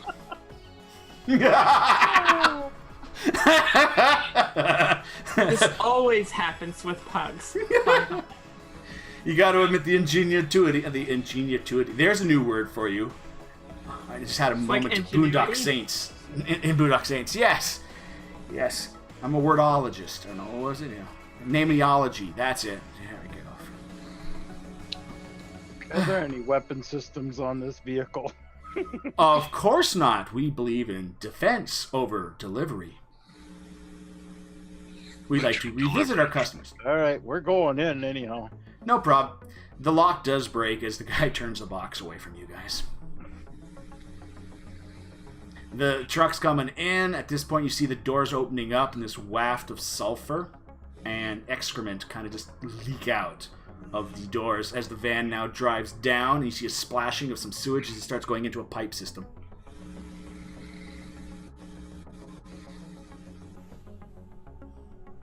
I am not happy about our current location. That makes 2 of us. And my standards are low.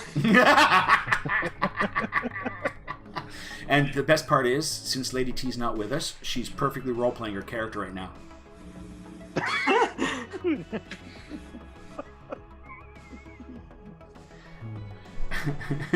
You don't want to get hurt down here because you don't know how many diseases will get into any cuts you suddenly develop. Alrighty, so you... I was just going to keep following them because... Target number 4, again, to just lower, go through the system. It's kind of easy. You can slow down. There's no real rush at this point. This is on the piloting.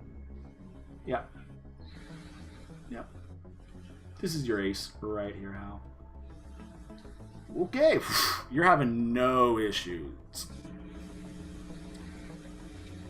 Alrighty, at this point, you just see that their van suddenly veers off into the wall. There's a flickering of the wall, and the van goes through it.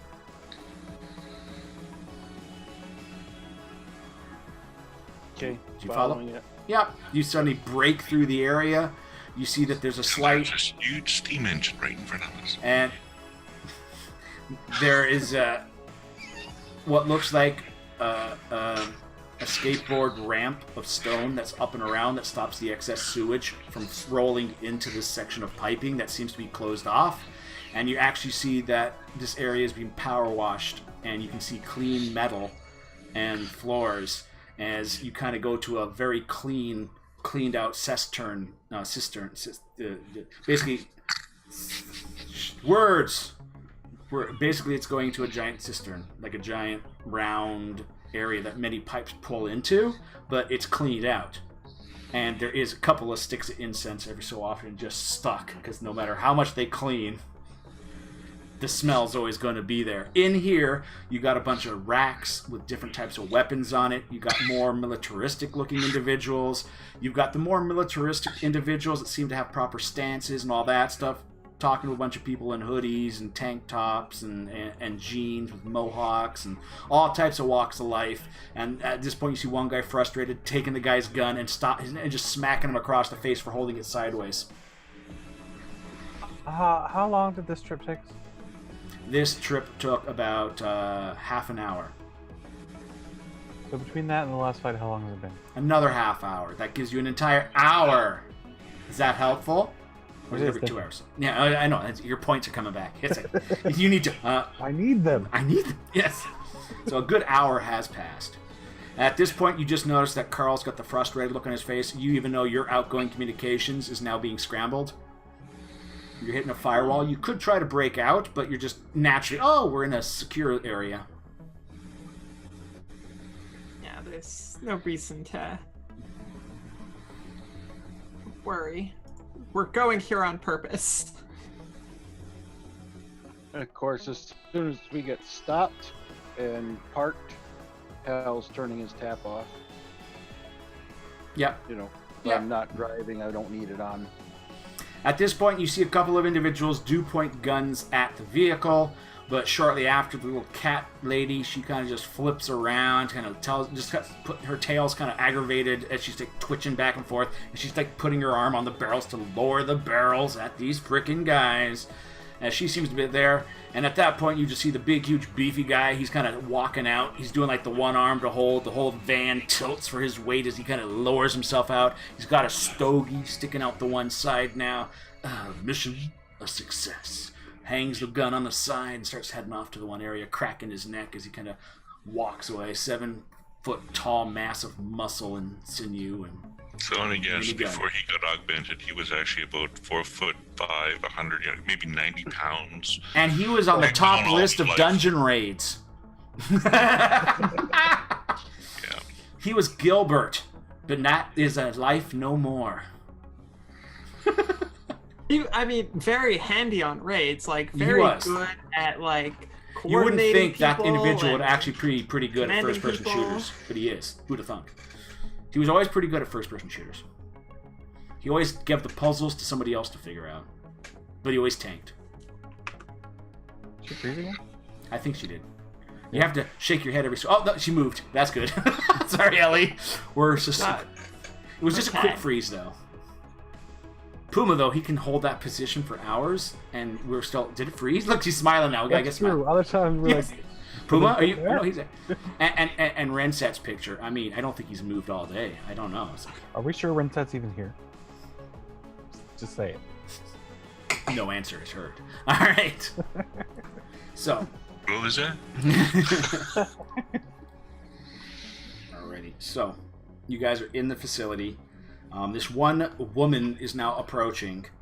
This is probably Queen. That's what you've known her as, the guild name and everything like that. And you are guessing she might actually be the worst mutant of all, a human 2.0.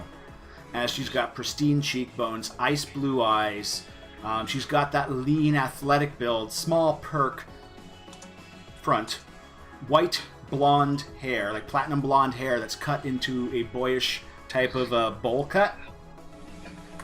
And she is dressed with clothes that do not... It looks like you've got a runway model with a bit better physique shape than a clothes rack, dressed in streetwear. You know what I mean? It's like, you know, it looks like she should be wearing designer clothes, but she's not. And she's got no makeup on, yet she right now has that 2 to charisma. I have a 2 to charisma without makeup on. So she's now basically coming into the room, and she identifies herself as Queen. And then there's another individual who's got a ratty beard that's got little spots where the beard doesn't grow fully on him. He's got a roundish face and a roundish complexion and a roundish belly and a roundish butt in a general pear shape. Explain to me what a roundish complexion is. Right here, baby. All right, so How's that a complexion? I'm not even sure what that is a complexion. the curves of the human body add to the complexion and coloration of it. Yeah, you're right. Got it. Okay. Yeah, see that worked for me. You're the GM. Yep, that's it. Don't mess with that shit. Yeah. But he kind of comes in there. He's got a portly kind of portly, as in reddish tinge to his cheeks and nose. As he comes in, Cypher. it's Cypher 552. He's got this hexadecimal code thing that goes off every so often. Does he hack it, or does he just keep making new accounts? No, man. Constantly, he's got a thing, and it constantly updates. You remember, like, those apps you used to have on your phone? The password kept changing every few minutes, and you're trying to type it in, and then it fucking changes, and you're like, God damn it. And then you got to type in the new code before that expiry bar goes down, and you're panicking. I still use those. This is 2090 something, dudes. We're talking about the past, right? No, Now, she still uses those. No, Yeah, I that's still why. use them. I still use those because she told me to. Yeah. Oh my gosh! But I get out and I go, Queen? And I like just wave? It's Atlas! And this is where you discover that actually the blonde is Cypher, and the chubby individual is Queen. But she already introduced That- herself. I know, I'm kidding. I know. No, see, That would not surprise me at all. that the chubby guy is really the female character on an MMO. Right? But no, yes, Queen is an Never individual. happens. She just pauses, and yeah, you guys have never really met Queen. The closest is correspondence that Rabbit has had behind your guys' backs with Queen. Well, and me having not any successful hacking things to determine anything about her, which is suspect in and of itself, but... Exactly. But Cypher's had her back. But Cypher doesn't compare to... Remember the random watermelon thing you going where the Christmas event was supposed to give out cherry pies, but you made them give out watermelons? And the devs were like totally lost on who did that? I knew that feel was like you! I also probably... The reason why Cypher likes me is I wrote the script that Cypher uses to randomize the numbers. Yep. Yeah. Probably. Yep. Oh my gosh. At this point, you just notice the cat person just paused. She kind of just licks the back of her hand for a second and just kind of strokes her cheek for a bit. Then she looks to you guys, and she looks back to Queen. That hunter showed up again. At that point, Queen rolls her eyes. Cypher's eyes go wide. Holy fuck, man. Did you turn your taps off? Yeah. Oh man, if we hadn't gotten that body, we wouldn't have no idea. We still don't have any idea, but maybe these guys can help us out. Who is he? Hi, I'm Cypher 554. I know Atlas. Yeah, that's good. He kind of backs down a little bit like that. I do get the name.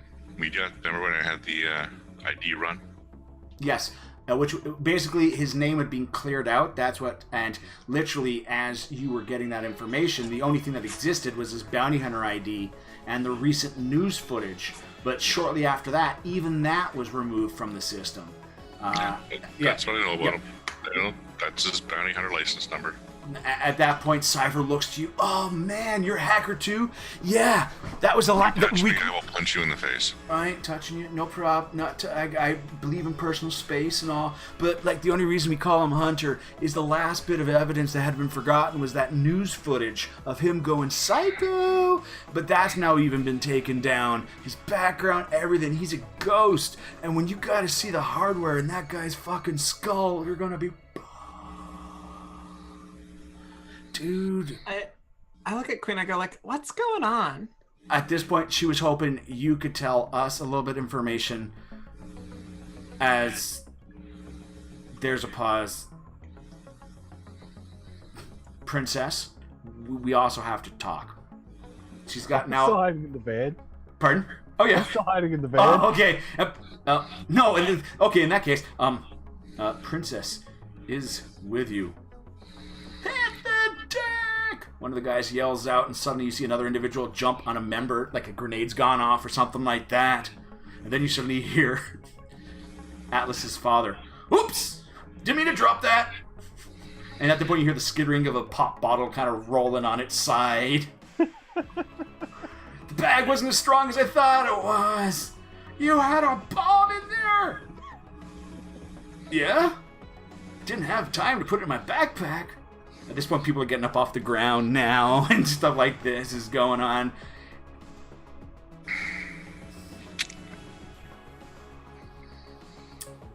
At this point, they're still looking for Princess. Oh no, I'm hiding. I know exactly what I am, and I know exactly where I am. Alright, at this point, you do also see a few other individuals. You see this one guy that's got... Wasn't this your contact that we were coming to? I'm not stupid. Just because Queen will let me be safe doesn't mean somebody else here won't recognize me and want to murder me because who my father is. Atlas's father doesn't want to kill you anymore. I'm not concerned about him. At this point, you see another individual. His skin's got like a crustacean's plating, but it isn't the red lobster color you expect. It's that mossy green and dark blue coloration on his body as he kind of just walks into the room.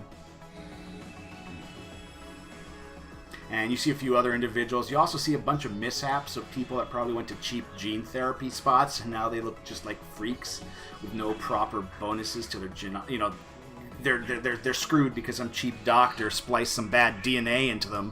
Some of them look sickly and all that kind of thing. There's also in this group of misfits. Do you have anybody here that would be good at dealing with brainwashing? At that point, Queen doesn't want to say anything because you came with Princess. I go, Princess she's here, but... At this point, you see a tabby female face look down at you, Princess, as the individual has gotten onto the roof of the vehicle and just looked inside and sees you inside. What's wrong? Why are you hiding? Who did what now? There's a I'm cat hiding face. behind the driver's seat in the little cubby hole behind the driver's seat. Oh, that's where you've gotten to? All right. Well, yeah. It takes a little bit longer, but on the roof of the driver, looking in the driver's area, then looks in the little cubby hole. All you see is the butt of the cat, nice butt, and her tail is just twitching a little bit, like she's found him out. You know, she found her prey. The little tail's twitching, and you just notice that she's now looking in, and she kind of goes you, and she sniffs, and she's sniffing around. What's wrong?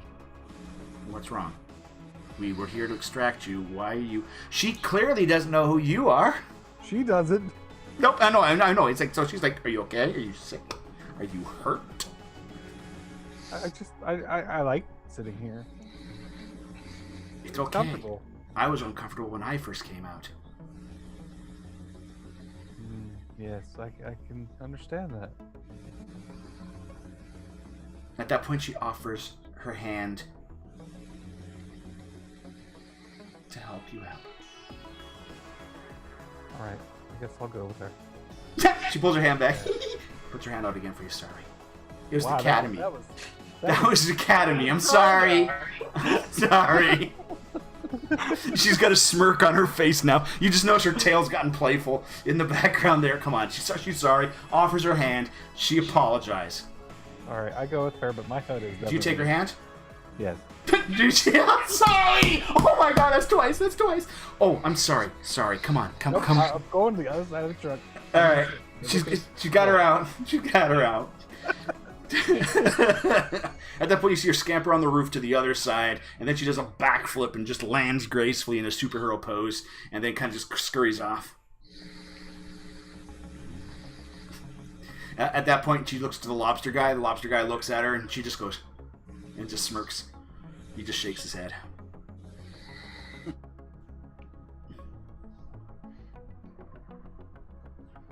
So I'm still in the back of the truck.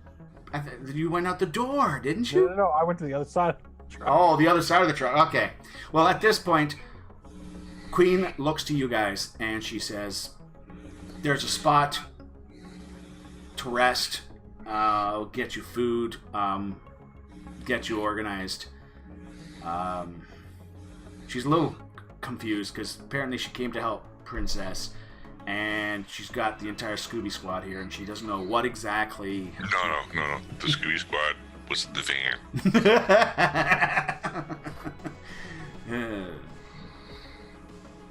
At this point, you just notice that suddenly you hear a chuckle from your old man, Atlas. As apparently he's talking to some other people and all that kind of stuff, and he's making some comments about, oh yes, you can put together something like that for those pains, and genetic resequencing issues? Oh, he can make up a serum that can help. At this point, there's a cluster of people forming around your old man. Oh yes, I'm totally familiar with that process. It went wrong on you? I might be able to correct for that. Get back your club foot, get you walking properly again? Oh, and your father's just lost now. He's like... he's good. Yeah. At that point, you just see the one security guy pausing up and going... He now cautiously opens the bottle, shakes his head. Takes the lid off again, takes a swig, closes the thing on the pop bottle, and grabs the wires and the stuff like that. He doesn't know much about bombs, but genetics? He knows about good. chemistry, but he doesn't think club soda is going to mix with anything to make it volatile. Depends on whether or not the thing in the first place was volatile. Gin.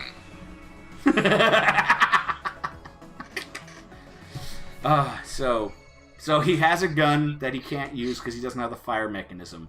He has a bomb that he was ready to use that actually didn't work. I think somebody has been trolling your old man. I'm just going to put it out there.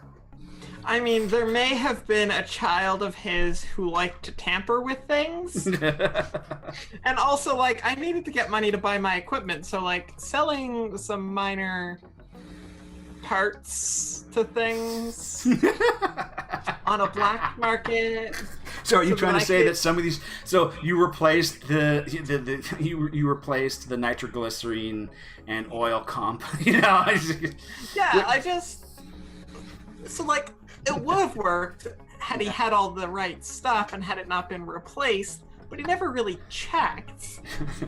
Down your bloodline, you were responsible for the great maple syrup heist of 2012. All right. So yes, Smith. No one seems to be any smarter to you. Just letting you know. Because there is no real robots here, androids or anything, unless they are full skin jobs type of thing. But as far as you can see, there are a few normal-looking people around here, but there's a lot of misfits, genetic anomalies, and other ugly-ass individuals, too. It's trying to...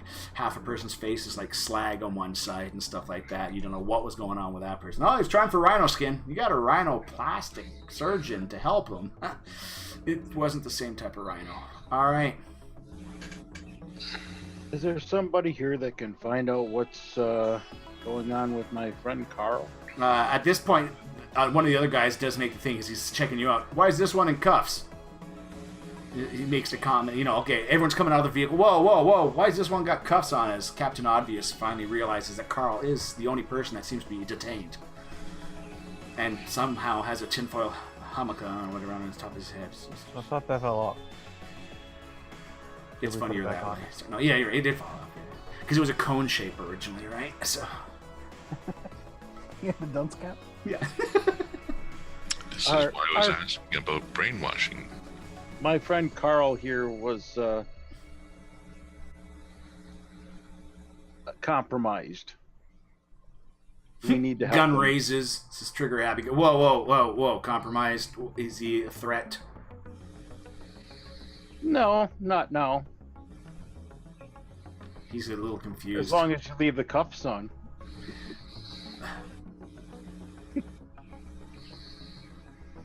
A soft whisper in your head.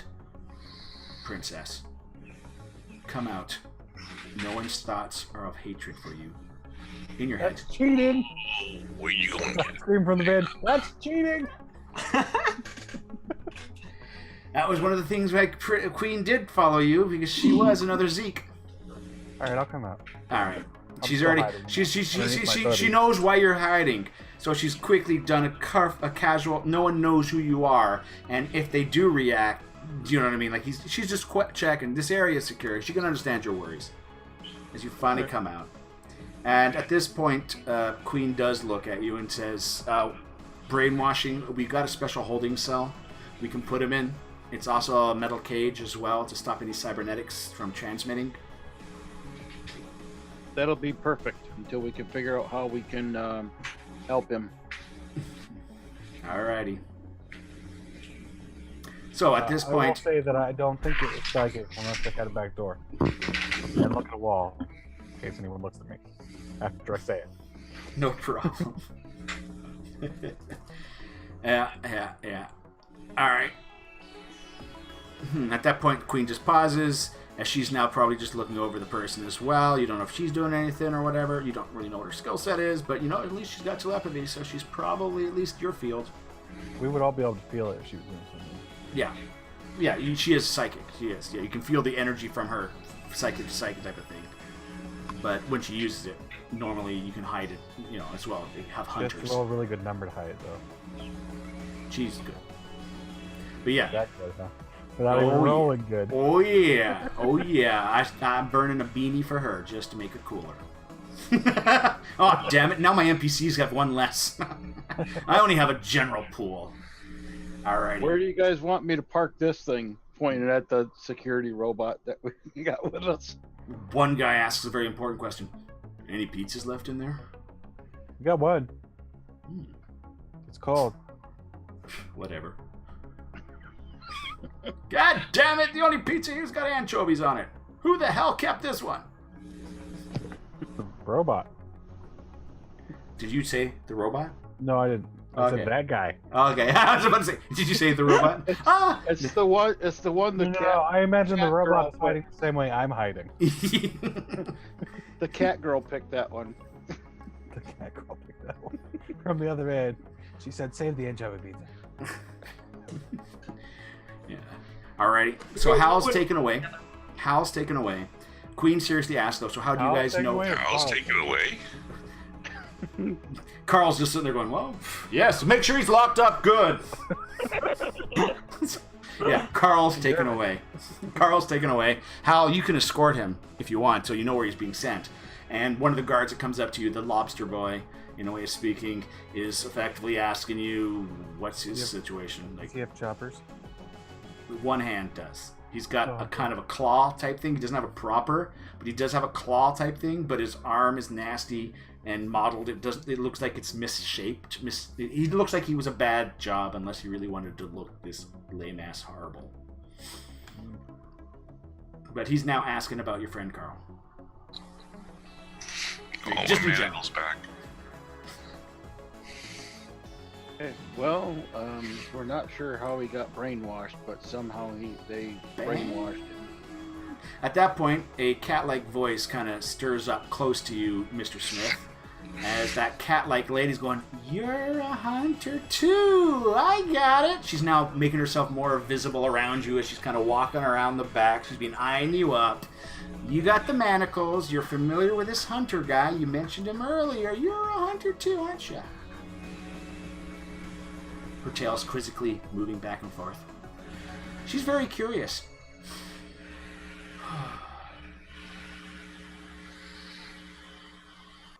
No, I'm a bodyguard.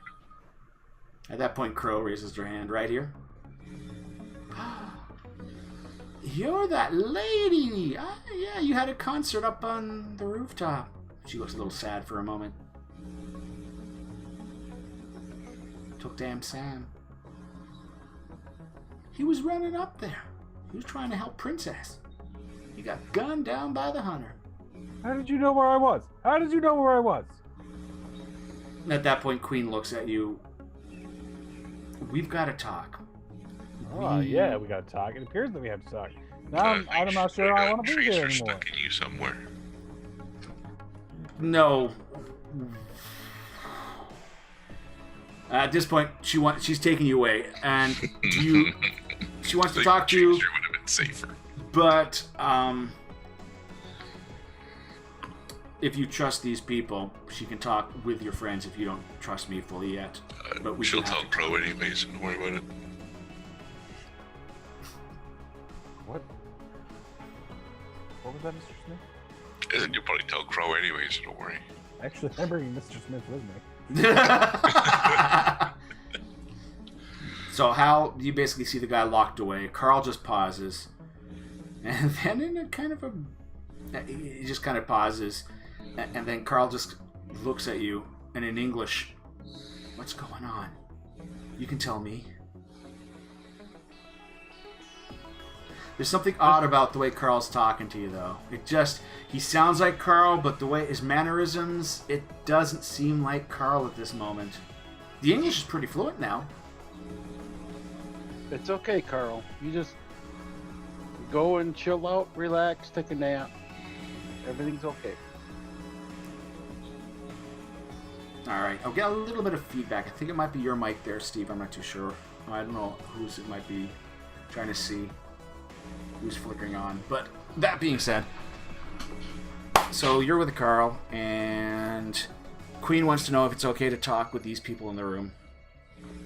Because Smith's with you, and Atlas is with you, and Cypher, if you don't want to be part of this meeting, I could show you my den. He kind of said... I completely just like... I want to go anywhere with him alone. No. Like, it's visible, like, I'm just like, it's okay. At this point, Queen pauses, glances over to somebody else. Suddenly somebody else just pauses. Hey, Cypher, I need you over here to check out a few things.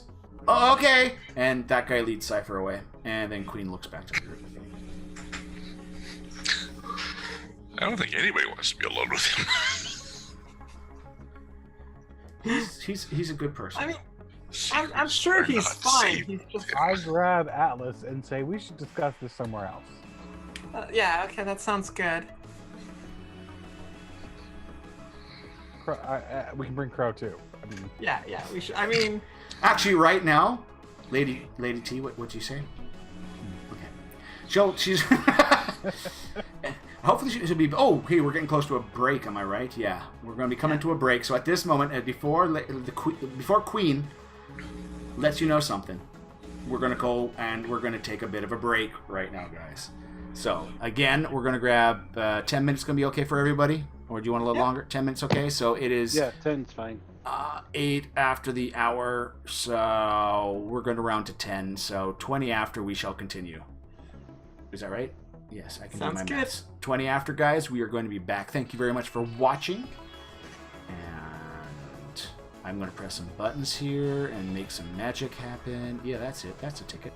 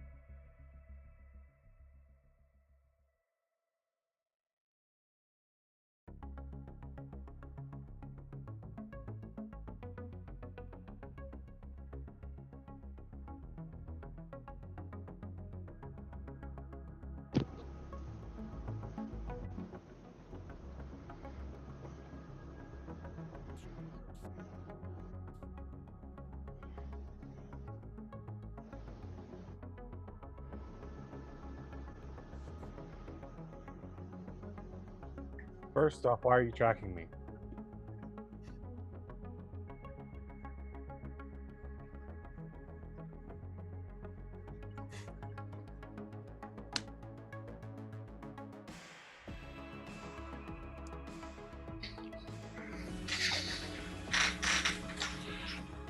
So you replaced my father.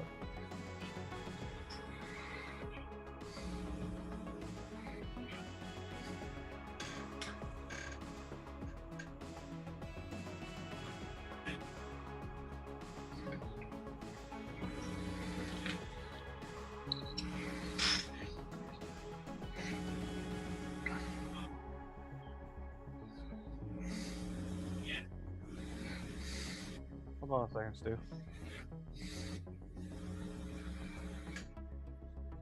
You might be muted in stream. I might be muted in stream. Thank you very much, Sheila Bobby, and everyone else that may have. So let's try that again. So let's try that again. Yes, apparently Queen looks at you and states the fact that they were there trying to get some intel before your father got access to it. He was supposed to be away, and they had the intel that you were at the concert. That's when we sent Sam to quickly get you, and that's when we encountered... No one can see that. What? What? Oh, because I don't have the cams on. I didn't see either. Yeah. Now I can see, because I'm looking at... I have the hidden camera for Renset here. I missed that, so it's like...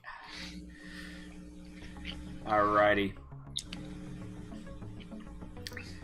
Yeah. So, they will...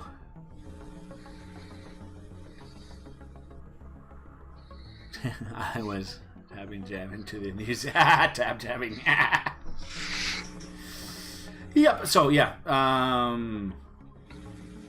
So snapping back. So yes, they were there to pick up this information that they were told was supposed to be there by this informant of theirs. They were not aware that some special ops team was also going to be in the area, nor were they aware that your father was actually home. So a simple pop in and pop out became a disaster.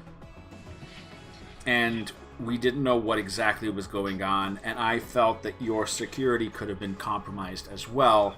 So the nearest person they had was Sam, that was sent in to try and find you at the concert. The rest of his group of people were not as fast as him and could not get to the location. Were there to get the body of both him and the first hunter.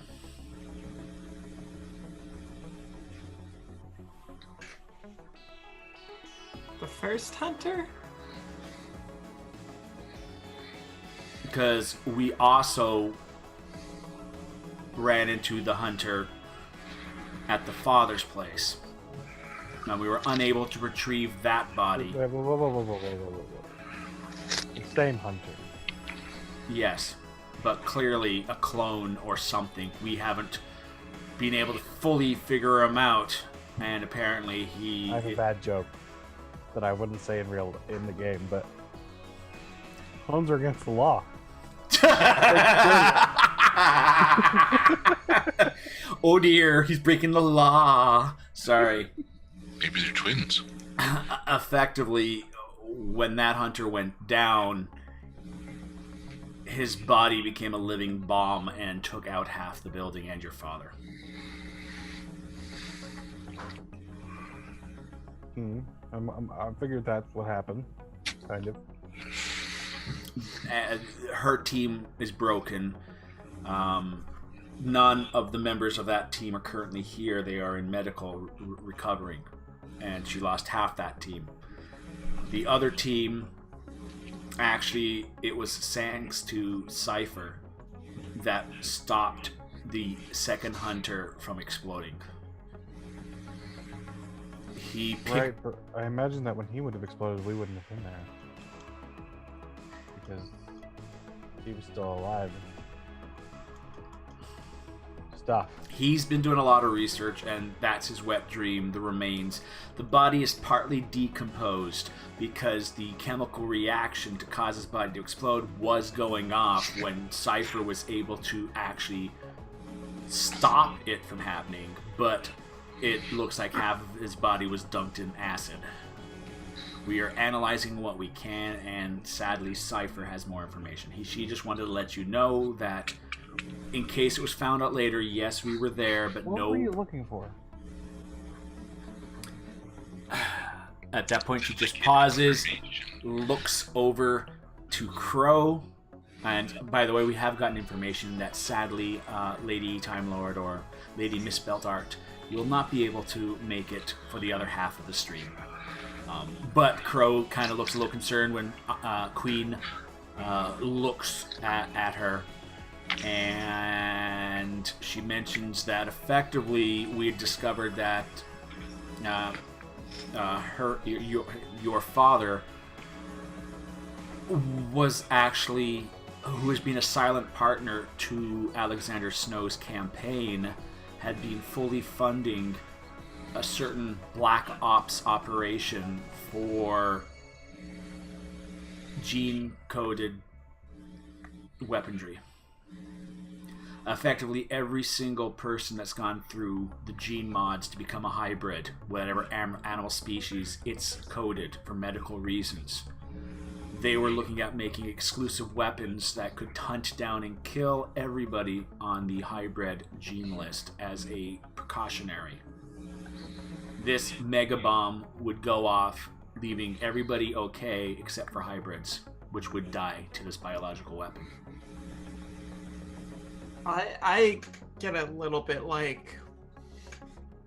This was a failsafe that was going to be used in Operation Watchdog, meaning the code name blatantly obvious that this is a Watcher's, or was to be pushed as a Watcher's ultimatum weapon if things got out of hand.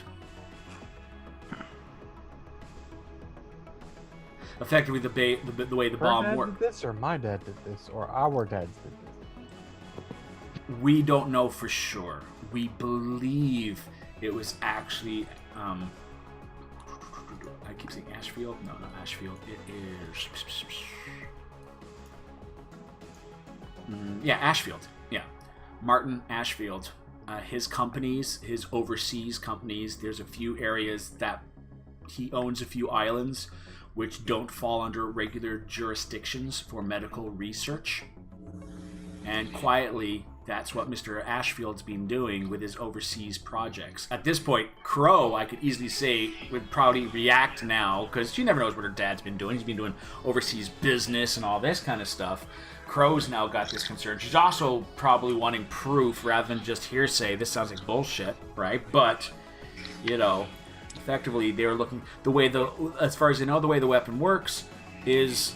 it goes off, and anyone that's got alien DNA that does not match human or human 2.0 presets, it will infect and kill.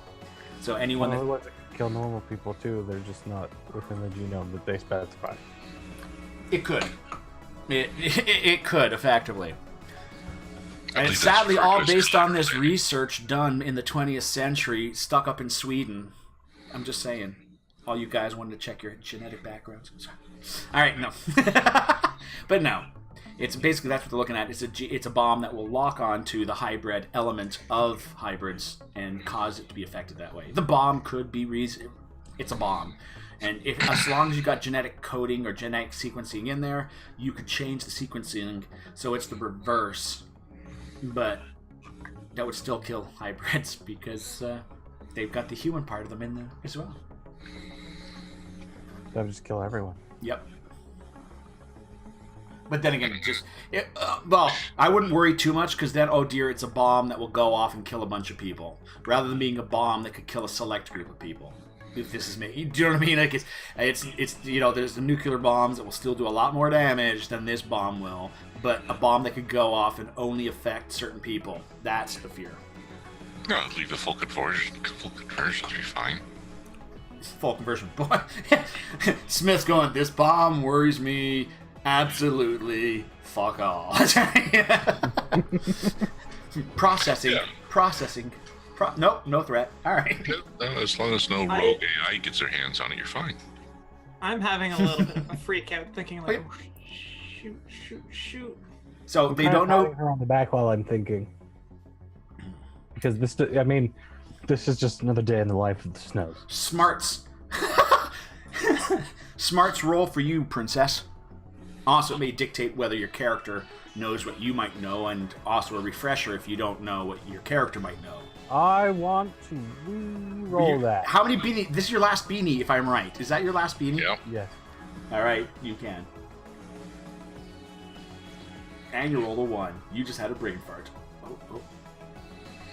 4 is good enough for the basics. She says that there was a mercenary squad at the house. Carl, the way he's dressed and speaking German, would have been a prime example of the mercenary squad you may be thinking of. And at the same time, you saw on the news footage that there was one of those guys there. The reason her and the rest of the people aren't reacting to Carl might be the fact that she says the only people that probably witnessed the mercenary group are in hospital right now. So just putting that out there. My question is, who hired the hunters? We don't know. We were hoping you had more intel on this.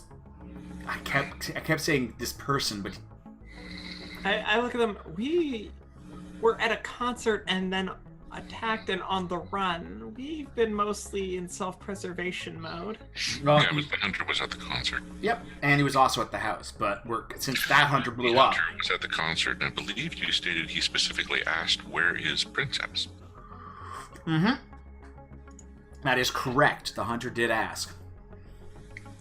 I love analog brains.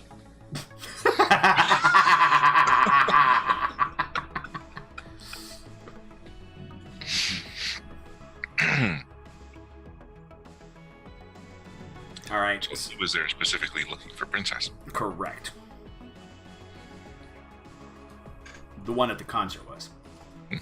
If you're ready, we could go and chat with I would Cypher. like to roll, but I'm not sure what to roll. Figure out whether or not I actually trust this person. Queen? Ooh. Yes. Yep, you go for it. I just don't know what to roll. Paranoia is under Spirit. Spirit's your gut sense, your intuition, your average roll, so average target number. You know what she was going after, and clearly your father's death. She was trying to do the job when your father wasn't around. So that's what your gut will tell you. How you perceive that onwards is up to you. Like, she actively seemed sincere when she said that. What do you know about the Germans? She's confused at that comment. Recently, the Chancellor has taken a stance with France, positive for our movement. Yeah, well, that's the Chancellor. See, that's the only reference she's got to Germans. No, that's my comment, but that's just the Chancellor. That doesn't mean the rest of his... Yeah. Also, The does rest of the anyone know German what the government agrees with that. is? The what? That's like a movie from the...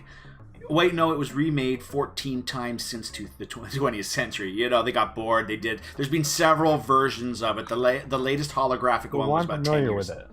I'll just say it's been in culture enough that yes, it's you know, the 2075 release was probably the best one. It had a Britney Spears II in it, and she did a great Manchurian Candidate. All right, so. Well, I believe the Germans are connected to, in some fashion, my father being replaced by someone There's else. that screeching of a record. What? Yo, just because he's speaking German? Yo. Meanwhile, their software was written in German. Their equipment, you know what I mean? Everything was German about them. It doesn't necessarily mean they're German. Yeah, good way to point the finger somewhere else.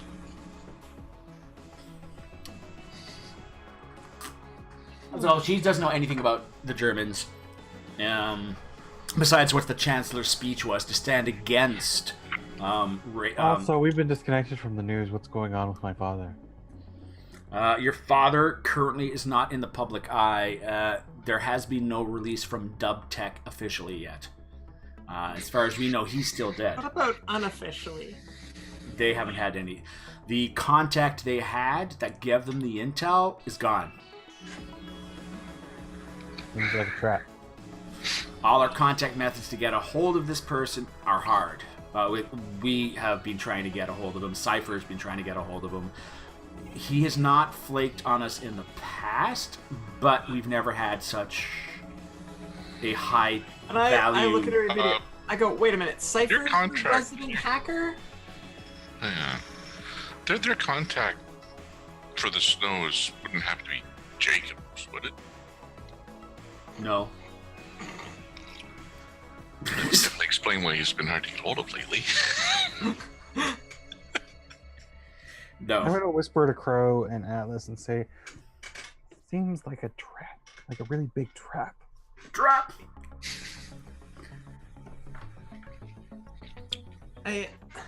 But we know Queen. We know Cypher. We know. Do you? Just because you played with that person in an MMO doesn't mean you really know the person, and that's a public For warning announcement for years. everybody out Have you ever actually met a person? there. I didn't know Princess and Crow. That turned out well for you, didn't it? Sorry. It did. Well, it did until tonight. Well, I mean, she considers it still an up. Like, it's still in the positives here because, like, she has friends that aren't her father.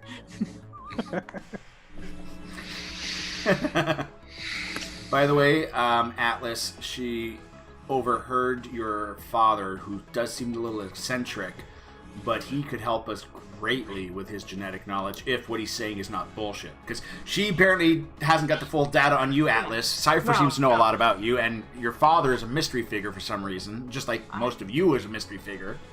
I look at her and I go, like, he's really good with genetics and, like, that. Because under more than just medical doctors here, we've got people that are suffering genetic anomalies from bad doctors and stuff. At least to alleviate pain or other symptoms would be quite helpful. He's not so good with weapons, but, like, the rest of it he's got. You know what? He's good with weapons. Just the fact he rolls a die 4 -2. Sorry, that's an in-joke. If you have no trained skill in an item, you roll a die 4 -2. Alright, so yeah, he's got a die 4 -2 to shoot a weapon. Yeah. But he's got the brains. He's a little bit eccentric, but that's... In genetic sciences, he's got a die 12. He's a little bit paranoid, that's all. And rightly so. We kind of live underground. Well, so do we. Sorry.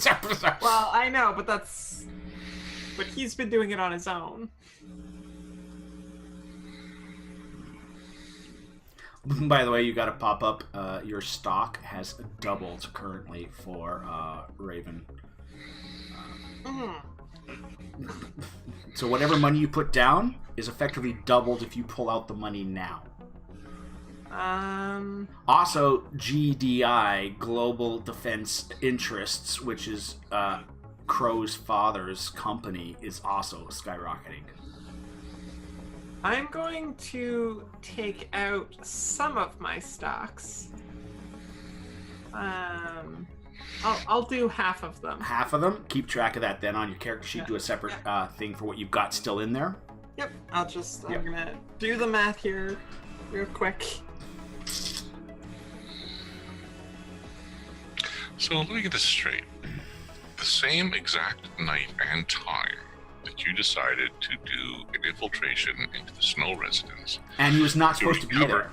To recover this information was exactly the same time that an unknown group of paramilitary decided to attack as well, including a souped-up bounty hunter. But that who person also attacked the same. Not only did they attack that location, but the same groups, including yourselves, decided to go after the concert where Princess was, presumably to get Princess, another member of the Snow family. We knew Princess was at the concert just in general information. We wanted to protect her as soon as we realized what had happened at the house. Mm-hmm. I know she didn't the want bounty to... hunter was there at the same time. Correct. And so did this other paramilitary group show up as well. And when the request was put in for an extraction through your individual groups, around the same times, the other two parties also showed up as well. Do you ever think you have a leak in your organization somewhere? Except I called them because of the soldiers. Yeah, the soldiers were already... True. Hunter Okay, Yeah, that was... is the question. Okay, well, the the hunter is soldiers the were question, yes. And the hunter may have shown up based on their information. Correct. So yes, But that still. one doesn't... Well, no, But she... all these groups seem to be looking for Princess. At this point, she... It sounds that way from the way you've put it. From our point of view, we thought they were probably going after her father, and we sent someone to help protect her, and we felt it was rightfully so, as apparently they also had people going out after her. She does, like, we don't know who this other group is. If we had any type of intel on them, maybe we could find out some more. But no one was alive for that. The best we did was we came around a head that was in the middle of a hallway. No, they No, I didn't. didn't. No, the head. Yeah, you took the helmet. The head was left Yeah. behind. The helmet blew up. No, Remember? no, the helmet No, didn't. no, I actually took a head off at one You point. took, Oh, took that the one. head out, and I thought you meant the other body with the bloody helmet. Oh, you- there was that one too. Yeah. There was another one that they had. remember he put it on to the of everybody. He's like, oh, what? Blood, brain matter just dripping down his face. I can hear the comms better now. But But the fact that all three parties attacked the mansion, well, she does say that Cypher And does have a two shitload of more the information parties. on the cadaver of the hunter. waiting for you. And there's a lot of she has no idea how well outfitted this mercenary group was, but the hunter alone, Is this your main base? we do have splinter cells elsewhere. That's not what I asked. I asked if this was your main base. Yes. So the world has gone to shit in less than 24 hours. And you bring me, the person they've all been looking for, to your main base. In my defense, until this revelation was brought forward by your team, I did not actually I was looking to protect you. And they seem to have some way of actually tracking you.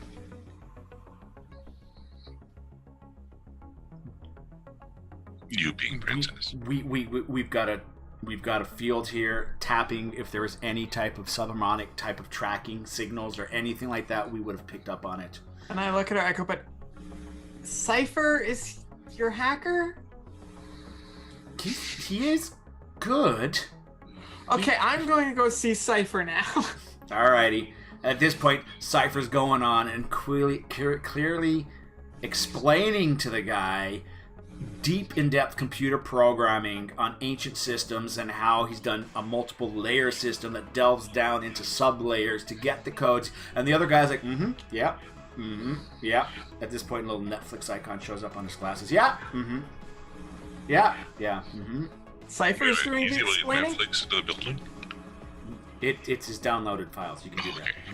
Okay. No, it was just a joke moment. It's like, the guy's totally paying attention to what Cypher's doing as he's just playing around with some sort of device. So I get in here and I go, Cypher, you're not using that old-ass ancient tech, are you? Which old-ass ancient tech? And whatever I overheard him talking about like using like older layered systems and all this stuff, I'm like, that only takes like one simple, like cloud compute cluster to just crack, right? This is what he just pauses and everything in the base is analog, cables and wires. There's nothing digitally transmitted inside these walls. That But is hardwired down. The only way to hack is inside this facility. or getting a small remote transceiver in here. To connect to what? You have to physically plug in. No, we. Okay, question. Is there the technology? Because like how wires work, right? Like the reason why we have those little clips on the end of them is because you can actually intercept and interfere with wires transmitting information. This is where you are way more tech savvy than the average role-playing book. I'm just saying. Yeah, you know what I mean? Have shielding on them. Yeah, that's why true. wires have shielding on them. Because like Basically, even he's analog got wires- this They leak. place. Yeah, he's got this place plugged in, so it's physically plugged. It's not Okay. transmitting. That's how he's got the base set up going. He's got extra analog for that. There are receivers on the perimeter, but then they are separate to the analog system. There's this Okay. in-between box. So if anything goes wrong, he can cut the in-between, and you're just hardwired down. And yes, if they do radiate signals, then yes, that could be, but compared to in general for hacking in this day and age, it's a safer bet. Okay. Okay. And he makes the comment. He makes the comment. How a ball robot could roll up to one of those wires and just tap in. Yeah, that is legit. We've already talked about that element, so yes, that's true. But in general, and besides his multi-layered encryption device, you would need a bunch of hackers and a dolphin. Like a Nintendo Dolphin? Like a Neil, prototype? Neil Gibson, Johnny Mnemonic, the books. There was 14 makings of the movie. Most of them were ancient and laughable because compared to our technology. A dolphin? I think that predates me. Oh, a dolphin. First thing I thought of was the Didn't code name Gibson for the have game. The Hackers movie? Well, there was the Hackers movie with Angelina Jolie. Right. That was Hack the Planet. Does Right, Neuromancer mean that one. anything to you guys? What? Oh. You should shave. You should shave. But anyways, have you guys had a chance to take a look at the Hunter yet? Do you guys know more about who is doing the budget for this super soldier? His patron is, no offense, got probably more money than your dad. Looks at Crow. I was How gonna does say, dubbing like, work? Sorry? everybody has more money than my dad. Sorry, say again. How does dubbing work?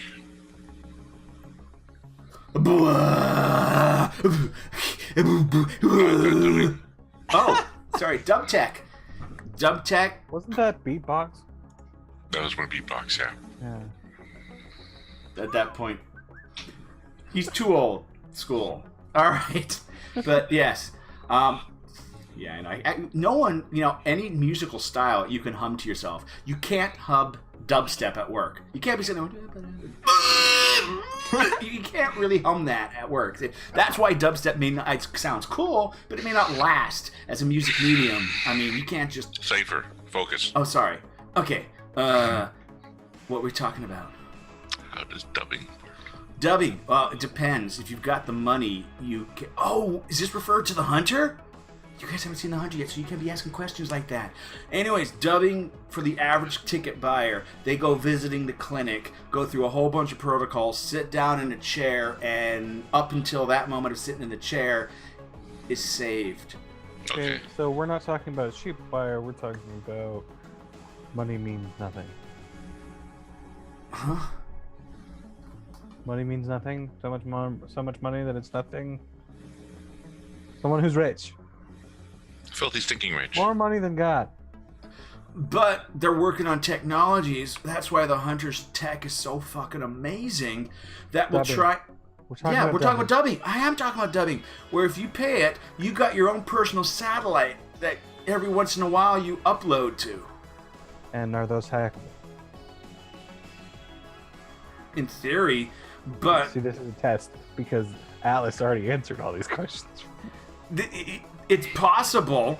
But first off, every brain sequence is different. It's like a thumbprint.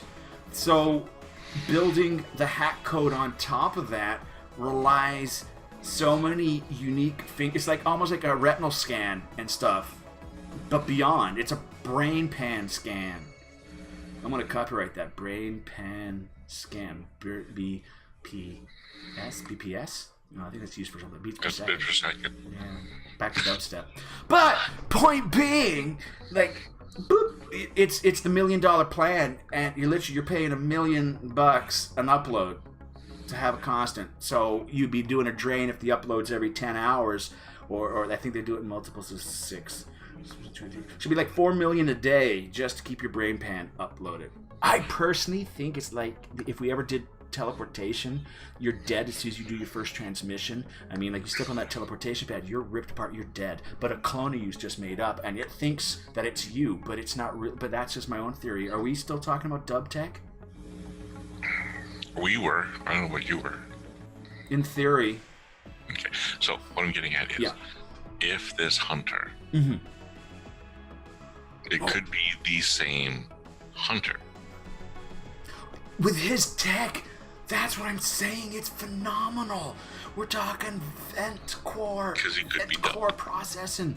20 fucking processors all interlinked using soft silicon and biometrics. Feeding off the human bodies. Except he'd have to have multiple versions of himself because he was in 2 places at once. Do that.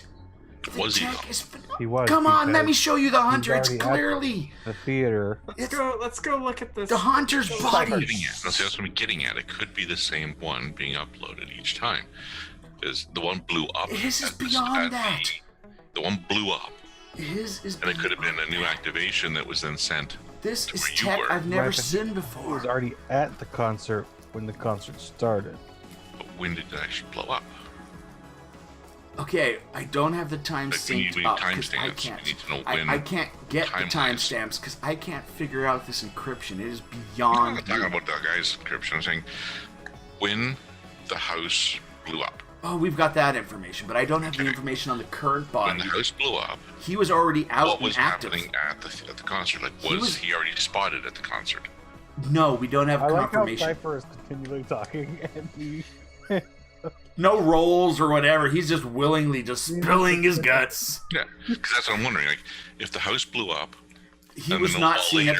Technically, the bomb had already gone off. Concert, then it could be. Yeah, we don't have. But that could be like the same dubbing, whatever.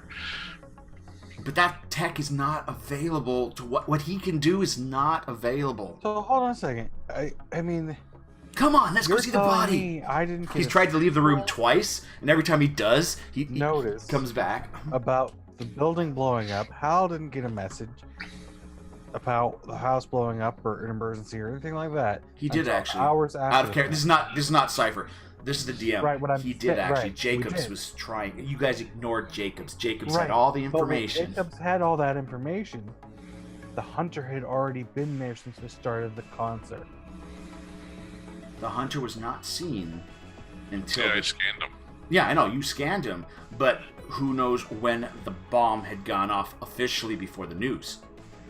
But again, you could walk away with the fact that, yes, that means he was already out and in the area to show up after the bomb happened. Meaning, unless wherever the tank was that had him in it was less than 5 minutes away, yes, he would have had to have been up and active to be there literally minutes after the explosion. That's what I'm trying to work out. That's correct. I'm trying to work out whether it's feasible that this could be someone who's just been re-uploaded, or if this is they've basically got multiple versions. And the answer could be yes to both your questions. He tries to leave the room again. Sees if anyone follows him. I do follow him. Yeah! Where are we going? To the hunter's body! It's phenomenal. No, I need Atlas first. We'll do that afterwards. Atlas, this will blow your mind. It's a Vente core system. Wait. Do you have any high-tech scanning equipment? What? On me? No, I'm asking you. Yeah, I got great stuffs. Send me an Atlas to that and disconnect it from your system, please. It's separate on the system just in case that thing is trying to go out through my connections. It's in a cage. So It's in. It's. cool. So can you please take me and Atlas to that and then walk away for like 20 minutes? But I want to explain what it is I found. That's cool. But this Really is important. cool. That's He's gonna blow up. You can see important. his face. Cypher, tell us on the way. Oh, right. So, anyways, this guy has got this tech I've not seen before. It's a vent core processing system over 20 different super processors that are going on the inside of his spinal column. Like before it gets to the spinal column, it's on the inside of the gray matter, and So it's super awesome. advanced android? I don't know. Okay, the guy's senses go to this before it goes to his natural wetware, meaning he's processing faster than our brains. And he's using his own brain as a backup. To say what I'm saying here, this guy probably sees the world like a fly does. Like, he probably has his own time dilation for his actions and movements. His brain is like several supercomputers. I don't know what's him, because looking at what brief moment I saw of his bounty hunter history, I don't know what he is. The bounty hunter. I just shared 500 XP points with XP. Who's XP? I don't know. But he's just... Oh, crap. You know what? On my bot, there's now going to be a new thing called XP. As an unregistered player that's got a 500 XP probably. I don't know if that happened, but I'll have to check that later. I'm Mr. XP. All right. It's XP. It's exclamation mark XP. Oh, what is the... I know what my code is. I just do space add, then the person's name, then the amount. But I think it's share is being done. I can't remember if it's share. Yeah, or share something. space name and then the number. Because I did. We have to... share. But that XP has to be put in there somewhere, doesn't it? But It didn't work for Puma. yeah, I know. That's what I'm saying.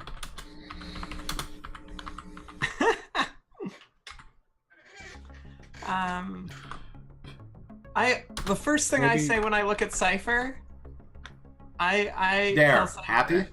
Yay! Hey. That's my command, of course. You know, everybody's got cheesecake now. All right. I look at Cypher and I go, so what you're telling me though, is he can be hacked. His firewall's off the wall. It's like he's got a dozen hackers in that brain of his. Challenge accepted. He's been trying, but he can't figure out the encryption. But seriously, this centipede-like bit of electronics is soft silicon, and instead of proper copper or metal wires, it's actually using a fluidic dynamic saline substance. That's right, normal body fluids to transmit. So it's as fast as synapses. Yet the processing is accessing the brain. Do you understand what I'm saying here?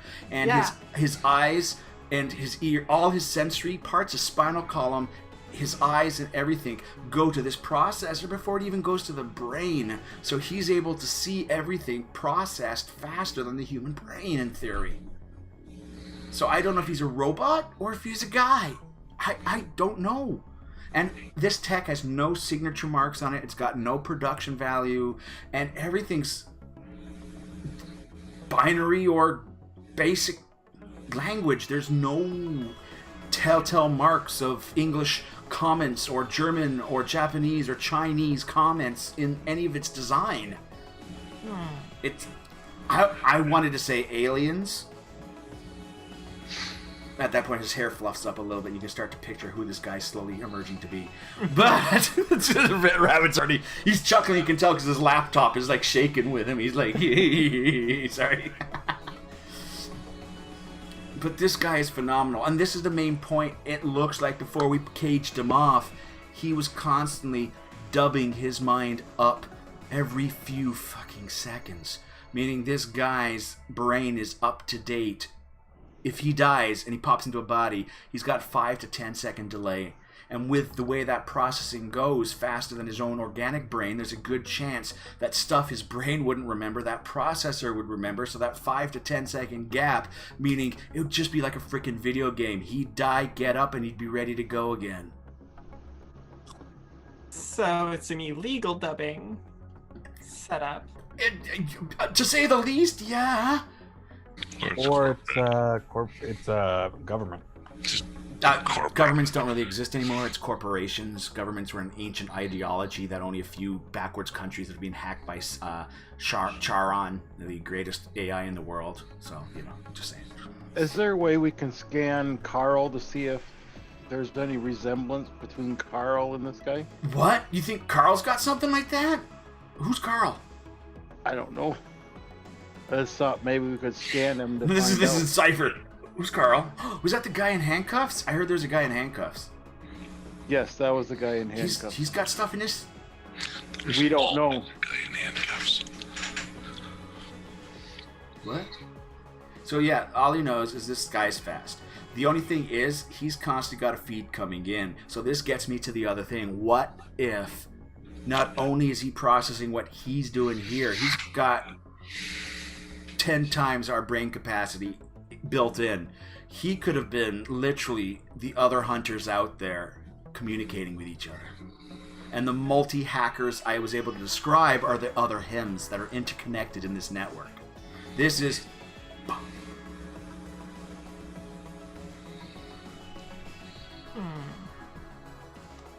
That's very, very interesting, Cypher. And you figured this out. 70% of what I've told you is based on facts. A lot of the multi-brains, instantaneous uploads is hypotheses. Okay. And science fiction novels I've read. I mean, there And was video something games similar I've in the played. old Iron Man Extremist comics, so... I got an issue 47 though when they had that different writer in it. Totally brute. Sorry. So this is our hunter, and like I said, let me see him. well, No, we were supposed to go to the Yeah, scanner. no, we're going to a scanner thing first. yes. Well, basically, you do see an upper torso on a thing. You basically have the left side of his body looks like it was dipped in acid as holes in the skin, but they don't seem to dip inwards. They actually pus outwards of it, as if the acid was in the inside, bubbling up, and it came out of the skin. So his one arm is all gone. As far as you can tell, the guy was mostly all organic. But there's a lot of this filament stuff that uses a saline product throughout his body. So what he's thinking is literally some sort of wetware in him that probably accelerates muscles, speed, reaction time, like a synth. Like like the that's why the DM calls them synths. When he said synth, the ones that have the short lifespan, all that kind of stuff, the organically grown, but at the same time, the bionoid tech, which is outlawed in a lot of places now, basically the biological organic robot concept, there's a lot of that shit in this guy too. So, but bone cell count, bits and pieces, the doctor guy did his doctory stuff. Apparently, it's human DNA. And apparently this guy that's missing, it's not even human 2.0, it's just basic human. So, basic human, but could it be genetically engineered robot? He doesn't know. Like, this is where comic books and video games fail him. Yeah, I go, Cypher, okay, let us see the scanner real quick, and then I need to talk to my dad. Okay. You brought your dad here? Is he a hacker too? No, he's not a hacker. Oh. Does he Did they check understand? the age of the body? Oh, yeah, Mr. Smith? No, actually, your name has never been given yet. Yeah, they did. The bone rings. This particular body's fresh. It's not. The bone rings only show slight aging. Yes, but it's a regular clone. It's not a fancy clone. It's just a regular body clone. Yes, so yeah. The rings on this one are the bone rings. Tree. Pardon? As It's your not a bones, tree. no, as your bones grow, they do leave age rings in them. Yeah. It's one way of telling how Whole but it body, reaches to actually. one part besides carbon dating. The rings, mind you, do not go past 7, I think, because after that, the outermost layer They of the make no bone. difference. Yeah. So basically, if it's younger than 7 years, then something's up. Or if it's 7 years and after that they can't do that, they have to go into carbon dating and all that fun stuff. But rings can be done, especially for cloning. Read William Gibson. So are we at the scanner? Yep. Unless you use a 3D printer, in which case there's no rings. Oh, by the way, for the record, in this environment, the concept of 3D printing organic matter is a thing. So, as much as you might laugh, no, cloned bodies are effectively Westworld. 3D printing for organic things is a real thing now. Yeah, exactly. So, as much as you might joke about it, no, seriously, the biomatter's put in, they print off a new arm. I mean, that's how... we can't do that yet. No, we But can't. they could. Yeah. Okay, so we're at the scanner Yep. because they're tracking me somehow. Mm-hmm. But the theory is she'll scan me and see if there's anything that shouldn't be there. You got it. Oh no, I have cancer. No, I'm kidding. Now you do. Apparently, your left testicle never dropped. Whoa! Are you sure this thing's working? All right. Wait a minute, that means your right one did. All right. Anyways, I need you to do. This is not really your field, per se. You can check for electronics of this scanner. You can do computer programming to do a check for that. Well, I can Yep. look for anything technological Yep. that would be. And I'd say hacking because you're looking for abnormals. No, I'd say I'd say actually this would go under programming. You're looking for certain common sequences or patterns or transmissions. Do you know what I mean? Foreign objects. Yeah, but nothing obvious. No signals, no transmissions. You can rule out the fact if this person has some sort of a tracking device that works by conventional means. There's nothing being transmitted externally from her. So that's what I tell Princess. I go, I don't see anything that would normally indicate that you're like. There's no tech on you or anything. Unless it's something the scanner can't pick up. There is tech on me though, and I would always be with Princess. Well, you don't know that, and you're not in the room.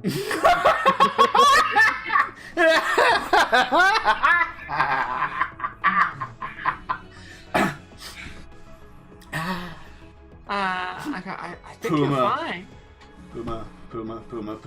Puma. If you'll notice, your character Hal now possesses 4 beanies.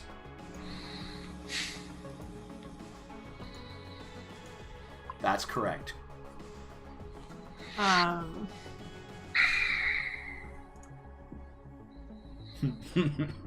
So, after scanning Princess, Yeah, is there anything that Princess always carries with her? Tap. Her gun. Yeah, technically tap her Like gun. that would be in the holsters. That would be about the extent of it. Yeah. I mean, even the outfit she's got on now, to her disapprovement, is Could not even... change my her. clothes. Yeah, but I was just trying to think of anything she carries with her all the The time. pistol and the tap, well, tap by default, but then switching it off and all that kind of thing. You guys have gone recently to, shut that element out. yeah, her money. No, No, that's more. what, know that anymore. nope, not Well, even. but like prior to this event. Right. Yeah, That was more like and charge it to my car. and charging my car, and we can track her by the fast food joints en route to the concert. I mean, also like Twitter account. How many And, fast food places did we go to on the way to the car? I don't know how many did we, Princess. They've got that banana One for the split. burgers, one for the fries, one for the shakes, one for the Because you dessert. know the best combo. one for each fry. I want one fry. From them Belgian French fries. I want to go back to I want to go talk to my father. And I do believe chips, like potato chips or crisps in England, is actually an American invention.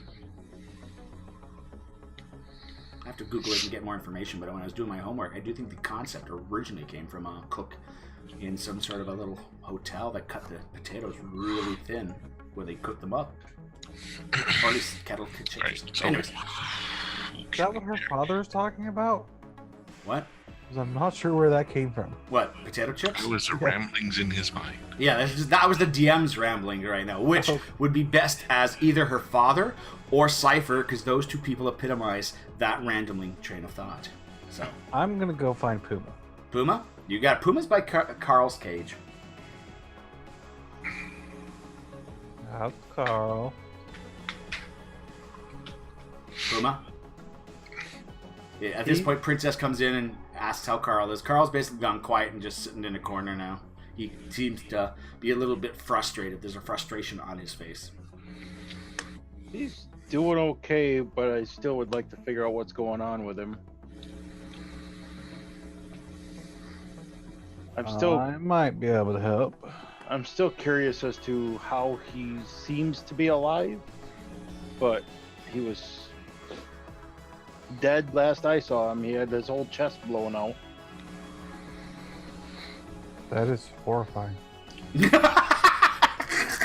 Oh, that's right. I never told you. No, no, that's true. Everyone's learning more and more about each other. It's a bonding moment.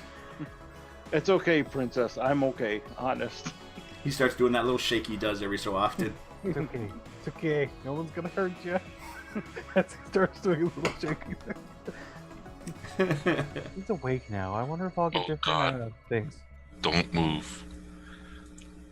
Anybody can see behind Mishlof's chair in the doorway. Nope, it's cut off on the main No, screen. we can see it, We but I can don't see think it, the yeah. general public can The see cat was laying on his back in the doorway, doing the paws in the air. Oh my god, that is a missed moment. Damn it, he's not anymore though. No, he's rolled over now. Ah. Alrighty. it. I would like to attempt to do a reading now that he's awake. Yep.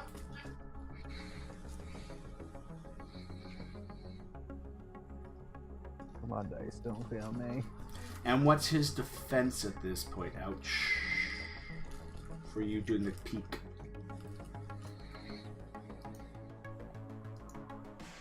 I think he gets to roll spirit. Mm-hmm. And the target number is. He Is has it? to beat me. Oh, has to beat yours. So it's a defensive. Ooh, 9. 6 with it explode. 7, 8, 8. Nope. So you're able. Alright, so I'm in, but he knows I'm in. No problem. You does this game system have it that the mind is a universal language, or if a person thinks in German, have to stop the phrase from an ancient movie none of you guys would know about. Think in Russian. Is his smarts better than 6. He's got a 6. so he had a 6 in smart and spirit? Yeah, he's got Okay. 6s across the board. Next time it's a smart thing, not a... Smarts. Okay, yeah. Both. He's got. That was the safe thing with these guys. They were like 6s either way. So it's like, hey. It doesn't specify, but if you want me to, I can roll a smarts to see if I can understand German or not. We have to make a ruling. We have to make a rule on this, like a house rule right now. How do you want to play it? That the mind is a universal language. You're picking up Most on games thoughts. assume there. Yeah, most games Yeah. kind of do that. So, Yeah, most Right. games generally have the but then again, telepathy. there have been a couple of games where they think in go to D&D. As long as they have a written language, you can understand them with the eyes of. No, that's reading. But you know what I mean, like tongue spell. But you know. I'm sorry, guys. I did not mean to, leave my entire team dead in the dust. Way to go, Pit Rabbit. Again. Was Puma's part of this team? Yeah, Damn! New shin kicking trophies going to someone else, it would seem. apparently. That's the second time that's happened tonight, too. And it was under the cover of night. No problems. This should be easy. Not. Alright. So. I think it, I mean, I don't see a reason why I wouldn't be able to, because most of them probably getting pictures and stuff. Yeah, so I would say English. I will say that the mind is that. The person seems to be more coherent than the last time you popped in there. But you're getting slight discrepancies in his thoughts. They're fading in and out, but you're getting more coherent. He seems to be focusing on trying to radio out to the team. Now, So it's not Carl, it's... you're guessing what the thoughts are going on right now, and he's also, like, there's gaps in his thoughts that you're not picking up, or he stops talking, or something takes over. You're not too sure. And then another comment is going through his head right now that he's in a good mood because the package has been... basically, he's with the package. So if he can get if he gets that message out to his team, he's here. He sees the package. So he's getting ready whenever he's got the opportunity to try it. Which, you know how this base is hardwired. Even if he gets out of this cell, his range is going to be broken. The cage is against satellite transmissions and shit like that. I probably don't have that kind of range. I wanted to scream at Queen, but I don't think I can do that. You went to say Queen? What was that?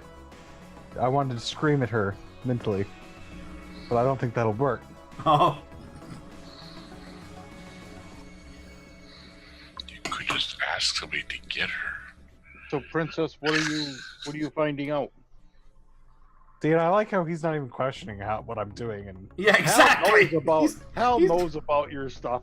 And she's got, well, come on. It's got that, whenever you're watching those movies, she's probably got that little flutter of the eyes. Her eyes kind of roll up a little bit or something, I've been your driver for a long time. I know. Ear but gets a I'm little pretty good chilly. at hiding these things since I don't normally do these things. But when you got drunk that one time, I'm going to read his mind. It's not Carl right now. And yes, I used the word "it" on purpose this time. You got it. And it's like he's getting it's like he's there and then he's not there and then he's there and he's not there. Also, I'm around and he knows and he's trying to send out a message. I think I'm the package, anyways. Unless you're the package, you might. I think we should shut him down. How do we shut down a Permanently. person? Are you saying we should kill Carl? Don't kill Kenny! Carl's already dead. Don't kill Kenny. Carl's already dead. Carl's been dead Sure. for years. Okay, hold on. I'm picturing a Dustin Hoffman moment. Go, Carl's definitely dead. Carl's definitely dead. You know what I mean? He's convincing himself every time he says it. There was somebody that reached out that So moment. we're killing Carl. There was that moment that he reached out, though. He shot other members of his team. I mean, He made you're right. contact Right now briefly. he's not Carl, and your Carl died, but that Carl's still in there. Well, how do we fix him? I'm 21. Maybe your friends can help. Girl. I'm talking to my dad. All right, what are you asking your dad? Your dad's sitting down, chatting with people. He's already taking somebody's blood pressure as he's sitting on a deck chair and all this kind of stuff. And another guy's lining up, kind of like, oh yeah, the doctor's in sign is just missing from your old man right now. I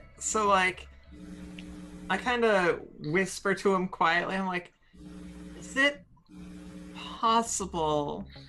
Like how I was born. Would it be possible? He shushes you. Then he realizes, whatever. I'm whispering to him. And But not only you're whispering him, but you're surrounded company. You know what I mean? It's just like, but I go, is it possible that somebody could engineer a person like me, but design them to be a computer? there's bionoids, and which does use a lot of genetic and From birth. birth. So that it's innately part of their system. So that the computer... That would be a waste of time and resources if you could just add it later in life. Like, don't get me wrong, you were part of a special program that someday I'll fully explain the intent of. But I don't think you're ready for that yet. But, at this point, the other guy... What's he talking about? But yeah, because I don't look like... No, exactly. You were something different. Yeah, but Is you it were not possible? a vanity add-on. No offense, guys. Just no offense. You were not. You were the. Your father is a very bad person at restraining himself. I mean, he was talking about bowel movements and stuff earlier, but right now he is actually physically. His jaw is. Like, I've never seen him restrain himself so much, other than when I go like, "Who's my mommy?" Well, the funny thing is, we can definitely say that you had one mother. All right. Anyways. But no, I go. Is it possible? Like, Did you happen to have a cat growing up?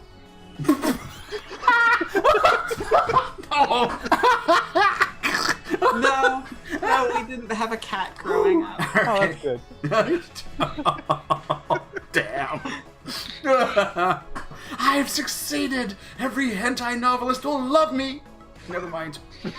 All right, so don't Google that, guys, please. Again, this is the night of do not Google. All right. He says he will explain fully. Yeah, but I go back. But like,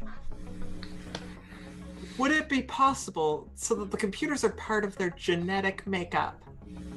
No, that's impossible. Are you sure? Define what you mean by a computer first. Well, like the I try to describe. I mean, you can't have a baby born with a USB port. No. What I'm saying. Actually, you could. Actually, I'm wrong on that. You could actually use the bioelectrical in the human body to power the port. Yeah. Well, that's and I don't know. Like I'm like these here are like liquid-based systems, silicon-based systems. He's heard some of that. He's heard of that technology. That if you could master it, it'd be a lot faster for processing powers, and because you've actually got resistance on copper and other platinum, gold. That's the reason you go for the better elements, but a liquid-like system. There was an ancient TV show. Oh, what was it? It was one of the Star Trek series, Voyager or something like that. They talked about systems like that, and that was always in theory and process. Biogel. So I go to him. So like Mass Effect. That's another one. Biogel. That's but, Omnigel. Oh, Omnigel. My mistake. Biogel. Biogel is Voyager. Voyager. Okay. All right. But yes. It got the flu. Yeah, I remember that episode. That was funny. But I go. So could you do it? No. If you had all your lab? No, it's not really his field. He could introduce genetic manipulation to a level, but he would need a team of people familiar with the other end of the spectrum. Why are you asking this? Because it might have been done. Where? Oh, God. At that point, you just notice the other guy's face is going this beet red, as this entire time your father was taking the blood pressure is still going. And the guy's arm. Release valve. Release valve. Oh! At that point.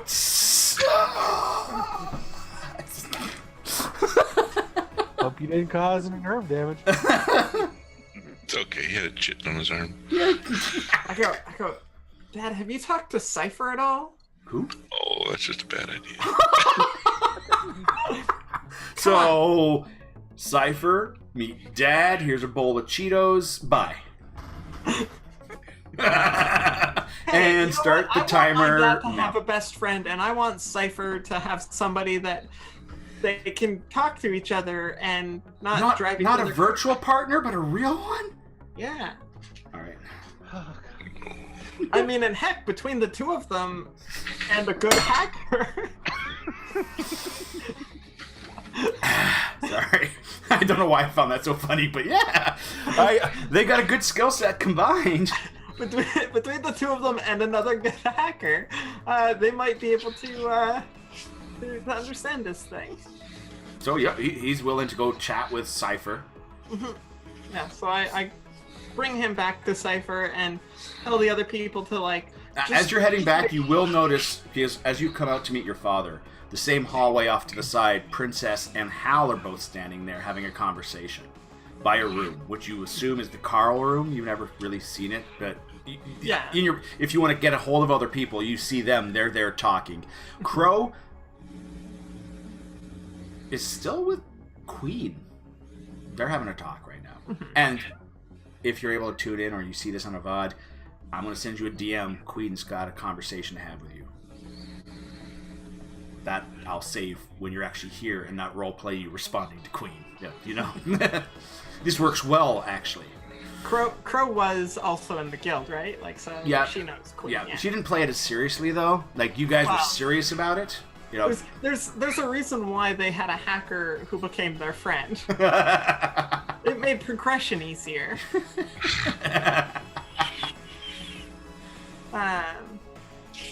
Maybe we just liked your personality. By the way, when do I get those 14 keys for those lock boxes? I like you all. You're really cool, but those boxes are taking up inventory space. Right. It eventually came that you liked my personality, but originally, I was useful. Also very cheap. Yep. So. I'm not sure I know. You probably could have charged me 3 times the amount of work. Yeah, but I probably wasn't I'd even be like, asking. yes, here's the money. I wasn't even the numbers I was asking for. I thought were a lot. They were numbers I thought were a lot. And my dad's like, "Why are you spending $20 here and there and in between?" Are these those microtransactions again? Nah. Yeah. They were really smaller purchases than like the standard microtransaction in an app. True. All right. Big numbers for me. So I see them. Do I hear them talking at all, or? They are talking about something though. You probably pick up. So do you want to kill Carl? You probably pick up that end of the conversation close to the end. And I immediately think like, okay, I'm gonna. Don't want to like, cause I know about Carl. I am like I do. And the best part is, it's not Princess suggesting it; it's Princess reacting to it. What? You want to kill Carl? Do you know what I mean? Like it's meaning. It sounds like Hal made the suggestion. Do you know what I mean? The way she's reacting. She's not making the suggestion. She's reacting to this. Yeah. So I'm like, this is. We have to have that though. You're looking at Hal. Behind Hal is Atlas. Maybe she was heading towards you, but then she suddenly does that. You know, as you say, you want to kill Carl? No, I recognize that movement. None. Leaving. How about You do you. And continue on to Cypher. At this point, Cypher finishes a sentence as you come back into the room. So what do you think? I go, this is what I think, and I want Not you realizing he continued talking since you left. And he's now finishing the conversation as you're coming back in. I go, so Cypher, this is... I wanted you to explain that to my dad real quick, because he has a good understanding of the bio side of this. I understand the computer side, but I'm not so up on the bio. At that point, the father starts looking at some of the samples. Did you do this? No, the doctor did it. Not bad. A little sloppy, though, but interesting. So we're looking at a clone? Cheap clone. I could afford these type of clones. I'm just saying, these are cheap-ass clones. What about the computer chips? What computer chips? Oh, this stuff! What is that? Your father suddenly goes from, I know everything, to, well, I know the chemical components that are running through that.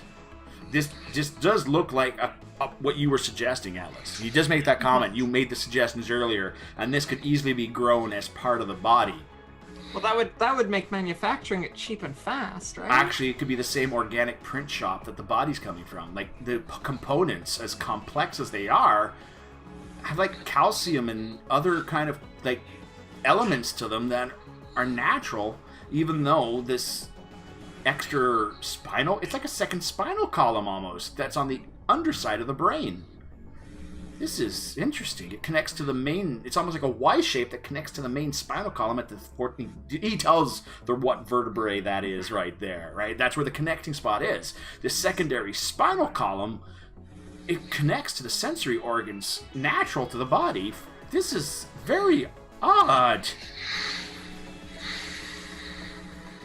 Your father's now lost, and Cypher's now talking stuff. And your father will list off a bunch of stuff, and Cypher's like, oh, okay. And then Cypher will list the stuff, and your father's like, oh, okay. As the middle ground, like, he'll go on about genetics, coding, all this stuff, and Cypher's like, and then Cypher goes on, he starts going on to the way the processes are working, and the father's like, so there's this middle ground that's not being connected, but both of them are really oohing and eyeing over bits and pieces of what they see in front of them right now. This is really good.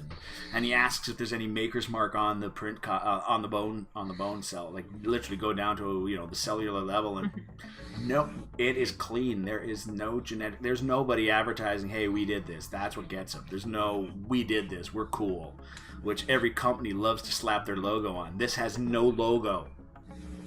Aliens. I'm sorry, I had to. Really? What would you think, Zaphions or the Greys? Oh, the others, they're Icelandic ways. Okay, that's true. The Greys, Greys. We know that Greys are just organic robots for their masters, anyways. That's true. That's true. This type of stuff is like oh my god, this could be like organic robots for the Greys, the next evolution. Your father and sadly Cypher are now going on an aliens tangent that you're not too sure. That's okay. I head back towards Queen. Okay. At that point, Queen's had her conversation. Crow's got a lot to think about, so she's just going to take a rest for the night. That's a good slide for that one. And Queen kind of just pauses. She seems to be a little concerned about whatever conversation she just had with Crow. And she's trying to compose herself as she's talking to you. Again, Crow, her father, who is working on the genocide of an entire race. There might have been some questions and stuff to be talked about there. Yeah, no, that's understandable. So I asked Queen, I go, so what is the plan? We were just going to give you a safe spot to rest as we pulled this together. We didn't get the codes for the genetic thing. This hunter thing has thrown us for a loop. And we were just going to lay low until we had a time to get our information or our facts done. Okay. Also, is there a spot I can log into fields? I need to do my dailies. I think Cypher has a link for that. Cypher does have a cubicle. Do I know Hal's history? Like, do I know he was part of a unit? Yeah, you know. Well, you do, but you don't know. You know he was part of a unit that died. You don't know the extent of it. I know Carl was with it. Yep. I'm going to look at Puma since I've been thinking about tracking devices. And after I've put two and two together at looking at Carl and discussing to kill Carl and say, you can be tracked. How?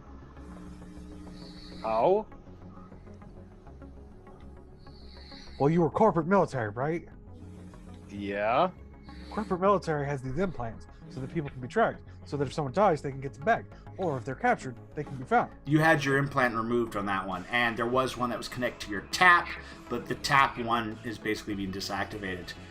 But he is totally right on both of those counts. But technically, the only thing you got left for the company is this arm of yours that you never have to pay for. They just give it to you. But I don't know about the arm, do I?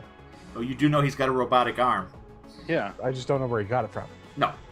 No. Well, yeah, I don't. Is your arm got a skin covering to it, or is it just a usual Cyberpunk visible cyber arm? Visible cyber Yeah, arm. that's what I feel. Yeah. Yep. It's cooler that way. Yeah. So, I mean, it looks like it's a metal arm, and Yeah. then it's got like a little ring around where the wrist is, so, Yeah. And I'm sure by now, at some point in time, You popped your hand off, and I probably popped my hand off. probably and- freaked out Princess if suddenly you see this hand crawl away like a spider from his body. I mean, just that would freak me out if I wasn't ready for it. Okay, That was, you know.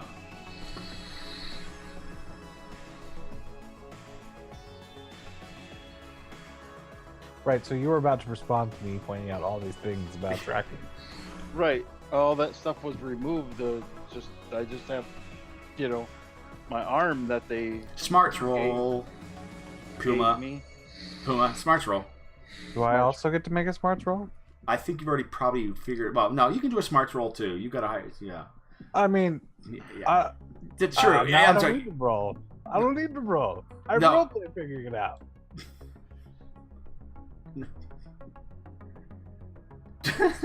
I mean, I was unconscious, woke up, and had this arm. So By the way, at the time, there's nothing suspicious about it. You basically were given an arm, and probably part of your contract and all that stuff.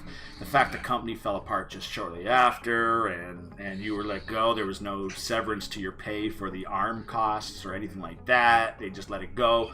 Figured with the entire company going into liquidation, it slipped by the cracks, that's all. yeah. But with Carl reappearing out of nowhere, who was dead, and I know he was dead, that was an experience. And you using your old comm channel, should we not think about why they're tracking me when I apparently have no extra trackers? Except the one thing that's always with me. At that point, Carl in the cell clasps at his head and drops to his knees off of the chair. You were talking about comm signal. You mentioned his name a few times, and now you're talking about the arm, and this has caused the Carl in the cell to start Right, freaking but the question is, we're outside the cell. Yeah. Can he hear us outside the cell? Yeah. I mean, I imagine there was a button for an intercom into the cell, since it's supposed to be a sealed cell. Okay, the cell has a metal mesh cage on the inside, but this was not a Vault Tech vault. This was a sewer system that had a janitor's closet converted to a jail cell. All right, then. So effectively, it's just a rusty metal door with a couple of metal bars that don't even have glass in them. I am now pointing my gun at Carl. You have to do it through the metal bars that were mentioned. Right. It's like this, just to make people angry. sideways. Yep, just to make people angry. Man, there's a training instructor right now that just snaps some device over his I leg. know that I did it on purpose. After I hear the snap, I'm gonna put it back. It's all right. Yeah. All right. So Carl's now wrestling. He's like literally grabbing at his head. And Okay, what's going on with Carl? I'm not going in there. the psychic is afraid. Carl, are you all right? At that point, you hear the old Carl's voice. Your arm! They're after you. You're the target. And he just kind of goes, not her. You're the package. Yes, Twist.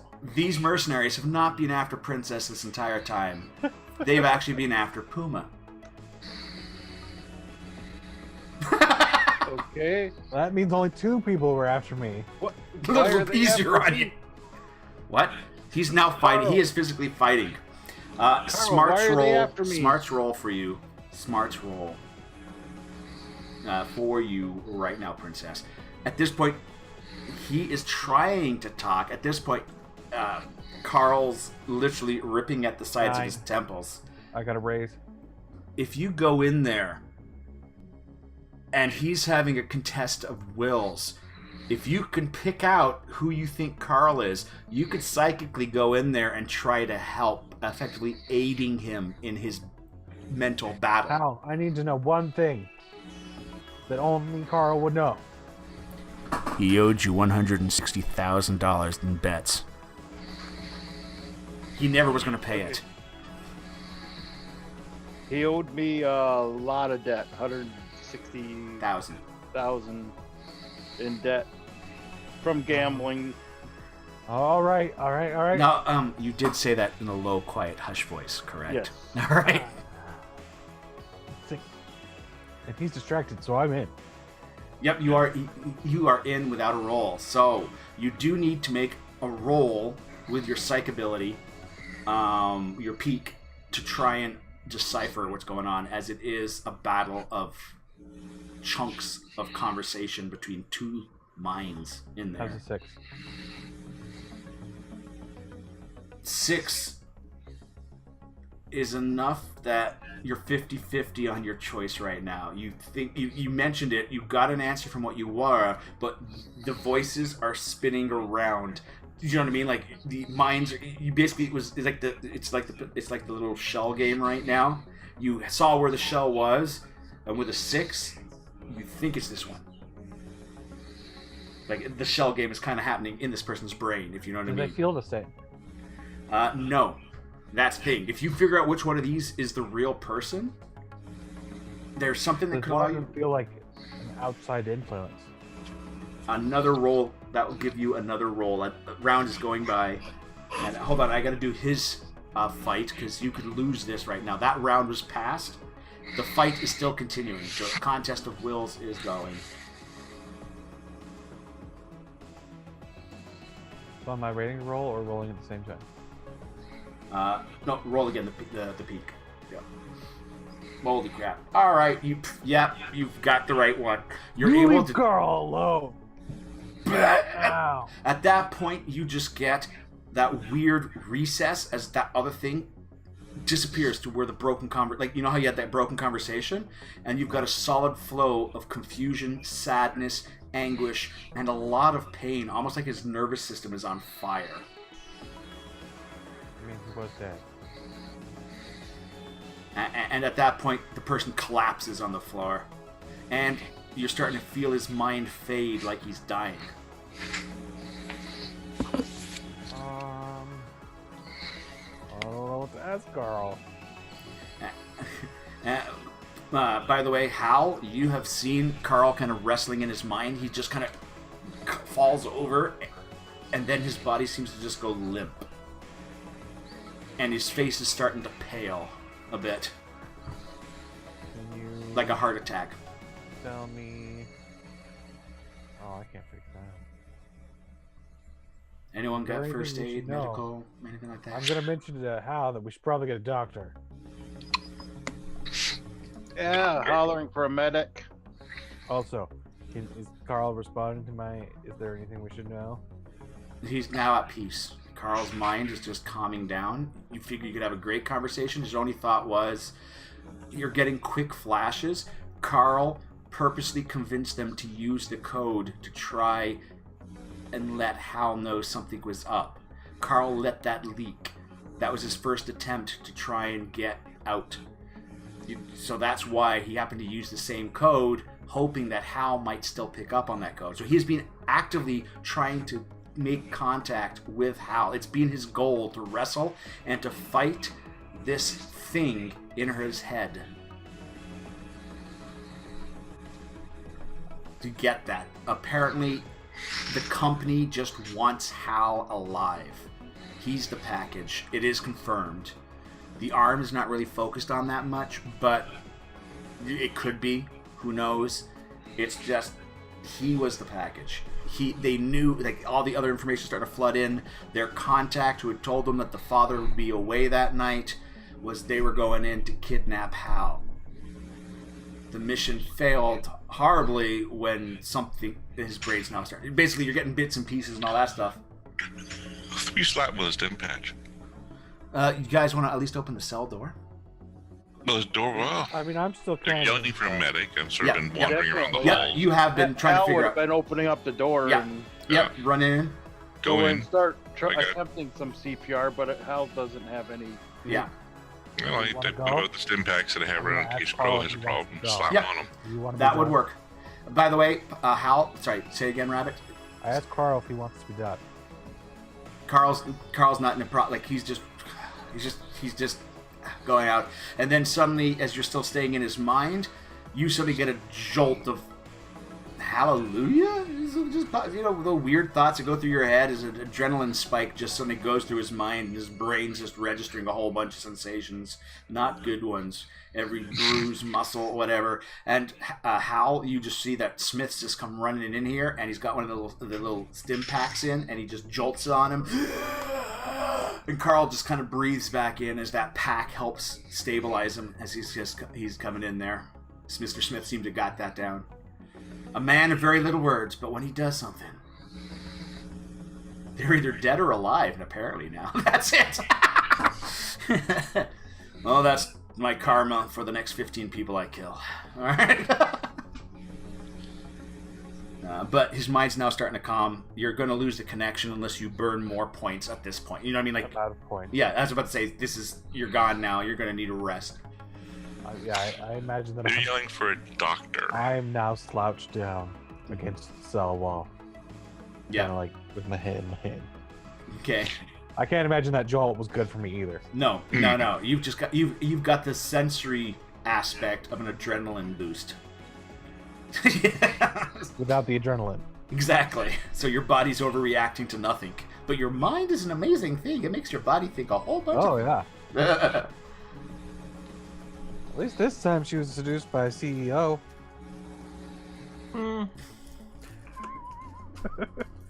Last time it was just a ganger. Oh, wait, what? Oh, yeah, seduced. Okay, I'm like, what? Okay. I love those random strings.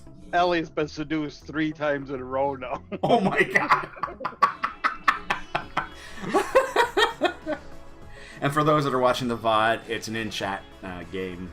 Come visit us, watch us live, play the game that you saw here, or did not. Alright.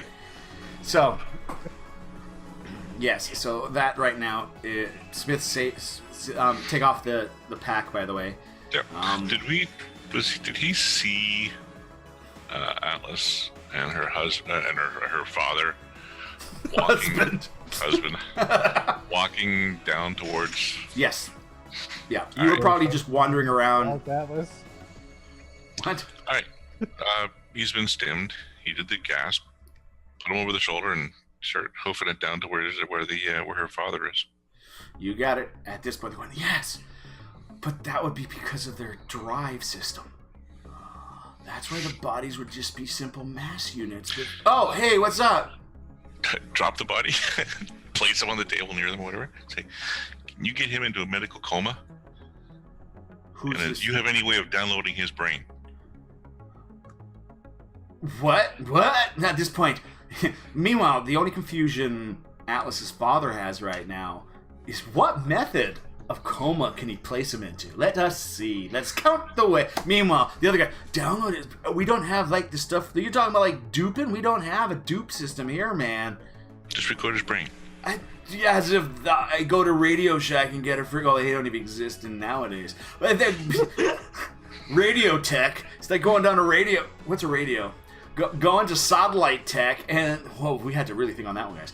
Going down to satellite tech and just. These are the outtakes you're getting to witness right now. Going down to satellite tech and just getting a brain recording device. You know why it's a multi-million-dollar business? Because the technology isn't regularly on the market. Don't you have the technology available right there? I can What is scan that a thing? brain, but I can't make the first time a... Hal's seen that guy with on the table with the stuff. Yeah. What about you? Can you use that thing? He's just pointing in. Were you talking about scan to record the brain to put into another body, or are we just doing a mental scan? Like a CAT scan or something? What are we... No, take the memories, put them in brain. No, I wish. All right, can you at least stabilize him so he's not going to fry on us and lose everything? Coma or stabilization? I really need to be clear on this. Comes from the father. He is dying mentally. Okay, so you don't really want him in a coma in this condition. That would just make it worse. We're just gonna put him out, sedate him, and maintain his levels. We got this. At this point, Whatever he starts you can do. moving. And you don't want to scan him because I'm pretty sure he's got a built-in transmitter. Cybertech, we got. I got that. At that point, he gets some sort of little helmet, which looks like a little ferret. There's a little bunch of cables and wires to stop any external. Oh, is it lined with tinfoil? Tinfoil, that's like so 2060. Puts the little metal mesh thing over his head. As long as it's a cerebral, sometimes they have them placed in odd spots. Like your rectum, comes from the old man. Yeah, that is a good spot to put a tracker as well. No one really thinks about the rectum. Yes, going in for your regular physical checkup. He sticks his fingers up there. Oh no, you're being tracked by the government. And the two of them. This is why you should be concerned with colonoscopies. Ooh, I always had an enema. Used to prefer coffee enemas myself. Really? I actually like the tequila enemas. They seem to leave a little bit of a... This might be the point we want to leave them alone.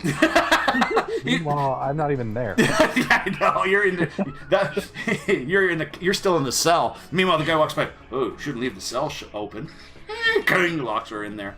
Continues walking down the hall. Hey, look, you lived. Elegant. All right. So, yes, so they got them stabilized and they're keeping him sedated right now. Cool. Hal, Hal has no information yet because all that verification is still in poor Princess's head, who's kind of recovering after the jolt to the system, and is in the cell. And the guy outside the cell? I thought you were in the cell. That would make a jolt funny when he closed. I mean, I know, and I was gonna let it go, but I was outside. Yeah, you never. Okay, so yeah, whatever. But you're kind of resting there. Hal, you're looking back and you realize that Princess didn't come with you with the body. You know what I mean? And Hal will be going back to get Princess and help. And she's not looking too good too. And if you try to help her up, up, a bed or something, cot or something. Yeah.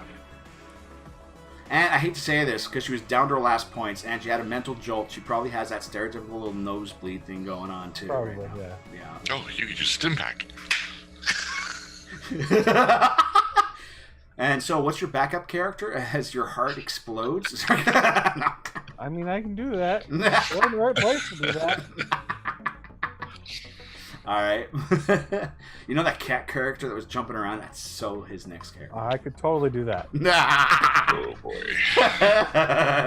Renset would not like a squirrel, though. Not like a squirrel.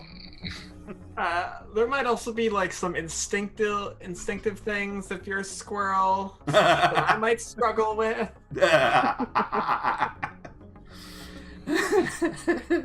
I'm in some sort of way I'm going to communicate to Hal that he's the package. That's what the Germans are after. As coherently as I can in the state I'm in. Probably is somewhat coherent enough, because there's nothing very complex with what you had to say. Right. Okay, They're Princess. after you. You're delirious. You just need to rest. No. Why would I be the package? Or what they're after. That's why he used the comms. So he could let you know that they were after you. That means okay. Smarts check for Hal there, but I think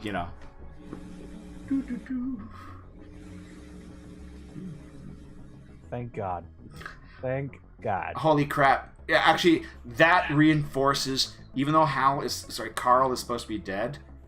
That quote that Carl did it because he knew you would know. That's something that Carl is in there, or do you know what I mean? Like, there's questions to be asked, but the fact that he was all this time fighting, well, you don't know that full part, but your characters now, you were a little concerned about what is this Carl? He's dead.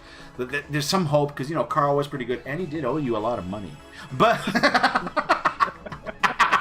and on that chuckle. We're down to the last 5 minutes. I think this is a good spot to pause. Thankfully, this is kind of a spoiler, but there's no gunfights. There's no mass murders. There's no chaos about to happen. All your characters can actually get a nice 8 hours of rest. A good breakfast. Hey, can Hal also... actually, a substandard breakfast for both Princess and Crow. But the best frickin' breakfast you've had in a while, Atlas! Woo! I had breakfast in my house the other day. What are you talking about? after resting and getting something to eat, Hal's also going to go and do some modifications to our moving van. We will slip and slide into that for next week. It's basically the next... With Atlas's help, of course. Yeah. Actually, what would be a good idea right now, Puma, is for your own sake, make notes. Okay. Right? We can actually talk about it between games as well of what you want to do, but I don't know how much longer. You have at least the 8 hours and a good breakfast before game continues. Okay. As a lot more questions. That will probably be followed by scanning your arm. All right, and a lot more to come. I hope you guys have enjoyed it. And oh my gosh, I don't want to say anything, but I think, unless I go check right now with my video manager, that we've probably been live the entire stream without any Eve glitches. I was about to hit the end stream button just for shits and giggles, but no, it's like, so the problem Except for a disconnect. that was just on her end. That was the best. I disconnect. I'm going to make a highlight of that, and that's going to go on my Discord. Oh, you clipped it? Yeah. Save that clip. Post it in. It's clipped in Discord. I clipped it earlier in here. Oh, that's awesome. I'll move it to the Eve one, where all the Eve stuff is as well. You put it in Eve? Awesome. You're amazing. You're good. Thank you very much, guys. I hope you enjoy, and we're going to pause it here. By the way, you guys can add 2 more. Actually, no, 3 more experience, because you guys also did a really good role-playing your characters a lot today. So, 3 points there. So that's 6, 7, 8, 9. Oh, hell, I'm in a good mood. 1 more point. You've got 10, so you actually guys have another raise or that you can add to your characters. And Puma, if you didn't spend that 1 point earlier, you do have 2 points to get rid of the shell shock if you wanted to. All right. Again, how this game works, we can explain that more, but... Well, with the experience so far with Hal, that might take care of the shell shock. Exactly, all the stuff, and the fact that Carl's alive could have helped be one of those establishing roleplay elements that help bring that together. And hey, this is no real gunfight this game. That's a nice change. Next game, it's going all to hell in a handbasket. As soon as you see the map for the cistern show up, you're like, oh, hell. All right. All right, guys, have a great night. And again, we have Puma, who played Hal, and we have Renset playing Mr. Smith, Vitrabbit playing Princess, Elegant Syntax playing Atlas, and, unfortunately, Lady Misspelled Art, who could not make it today, her character Crow. And hopefully we'll see her next week. And see you guys next week as well. And if you need to catch up, check out the YouTube. All the previous episodes, despite them being broken up into several pieces, are actually up on the site. And have a great night. See you all. Toodles. Bye. Bye.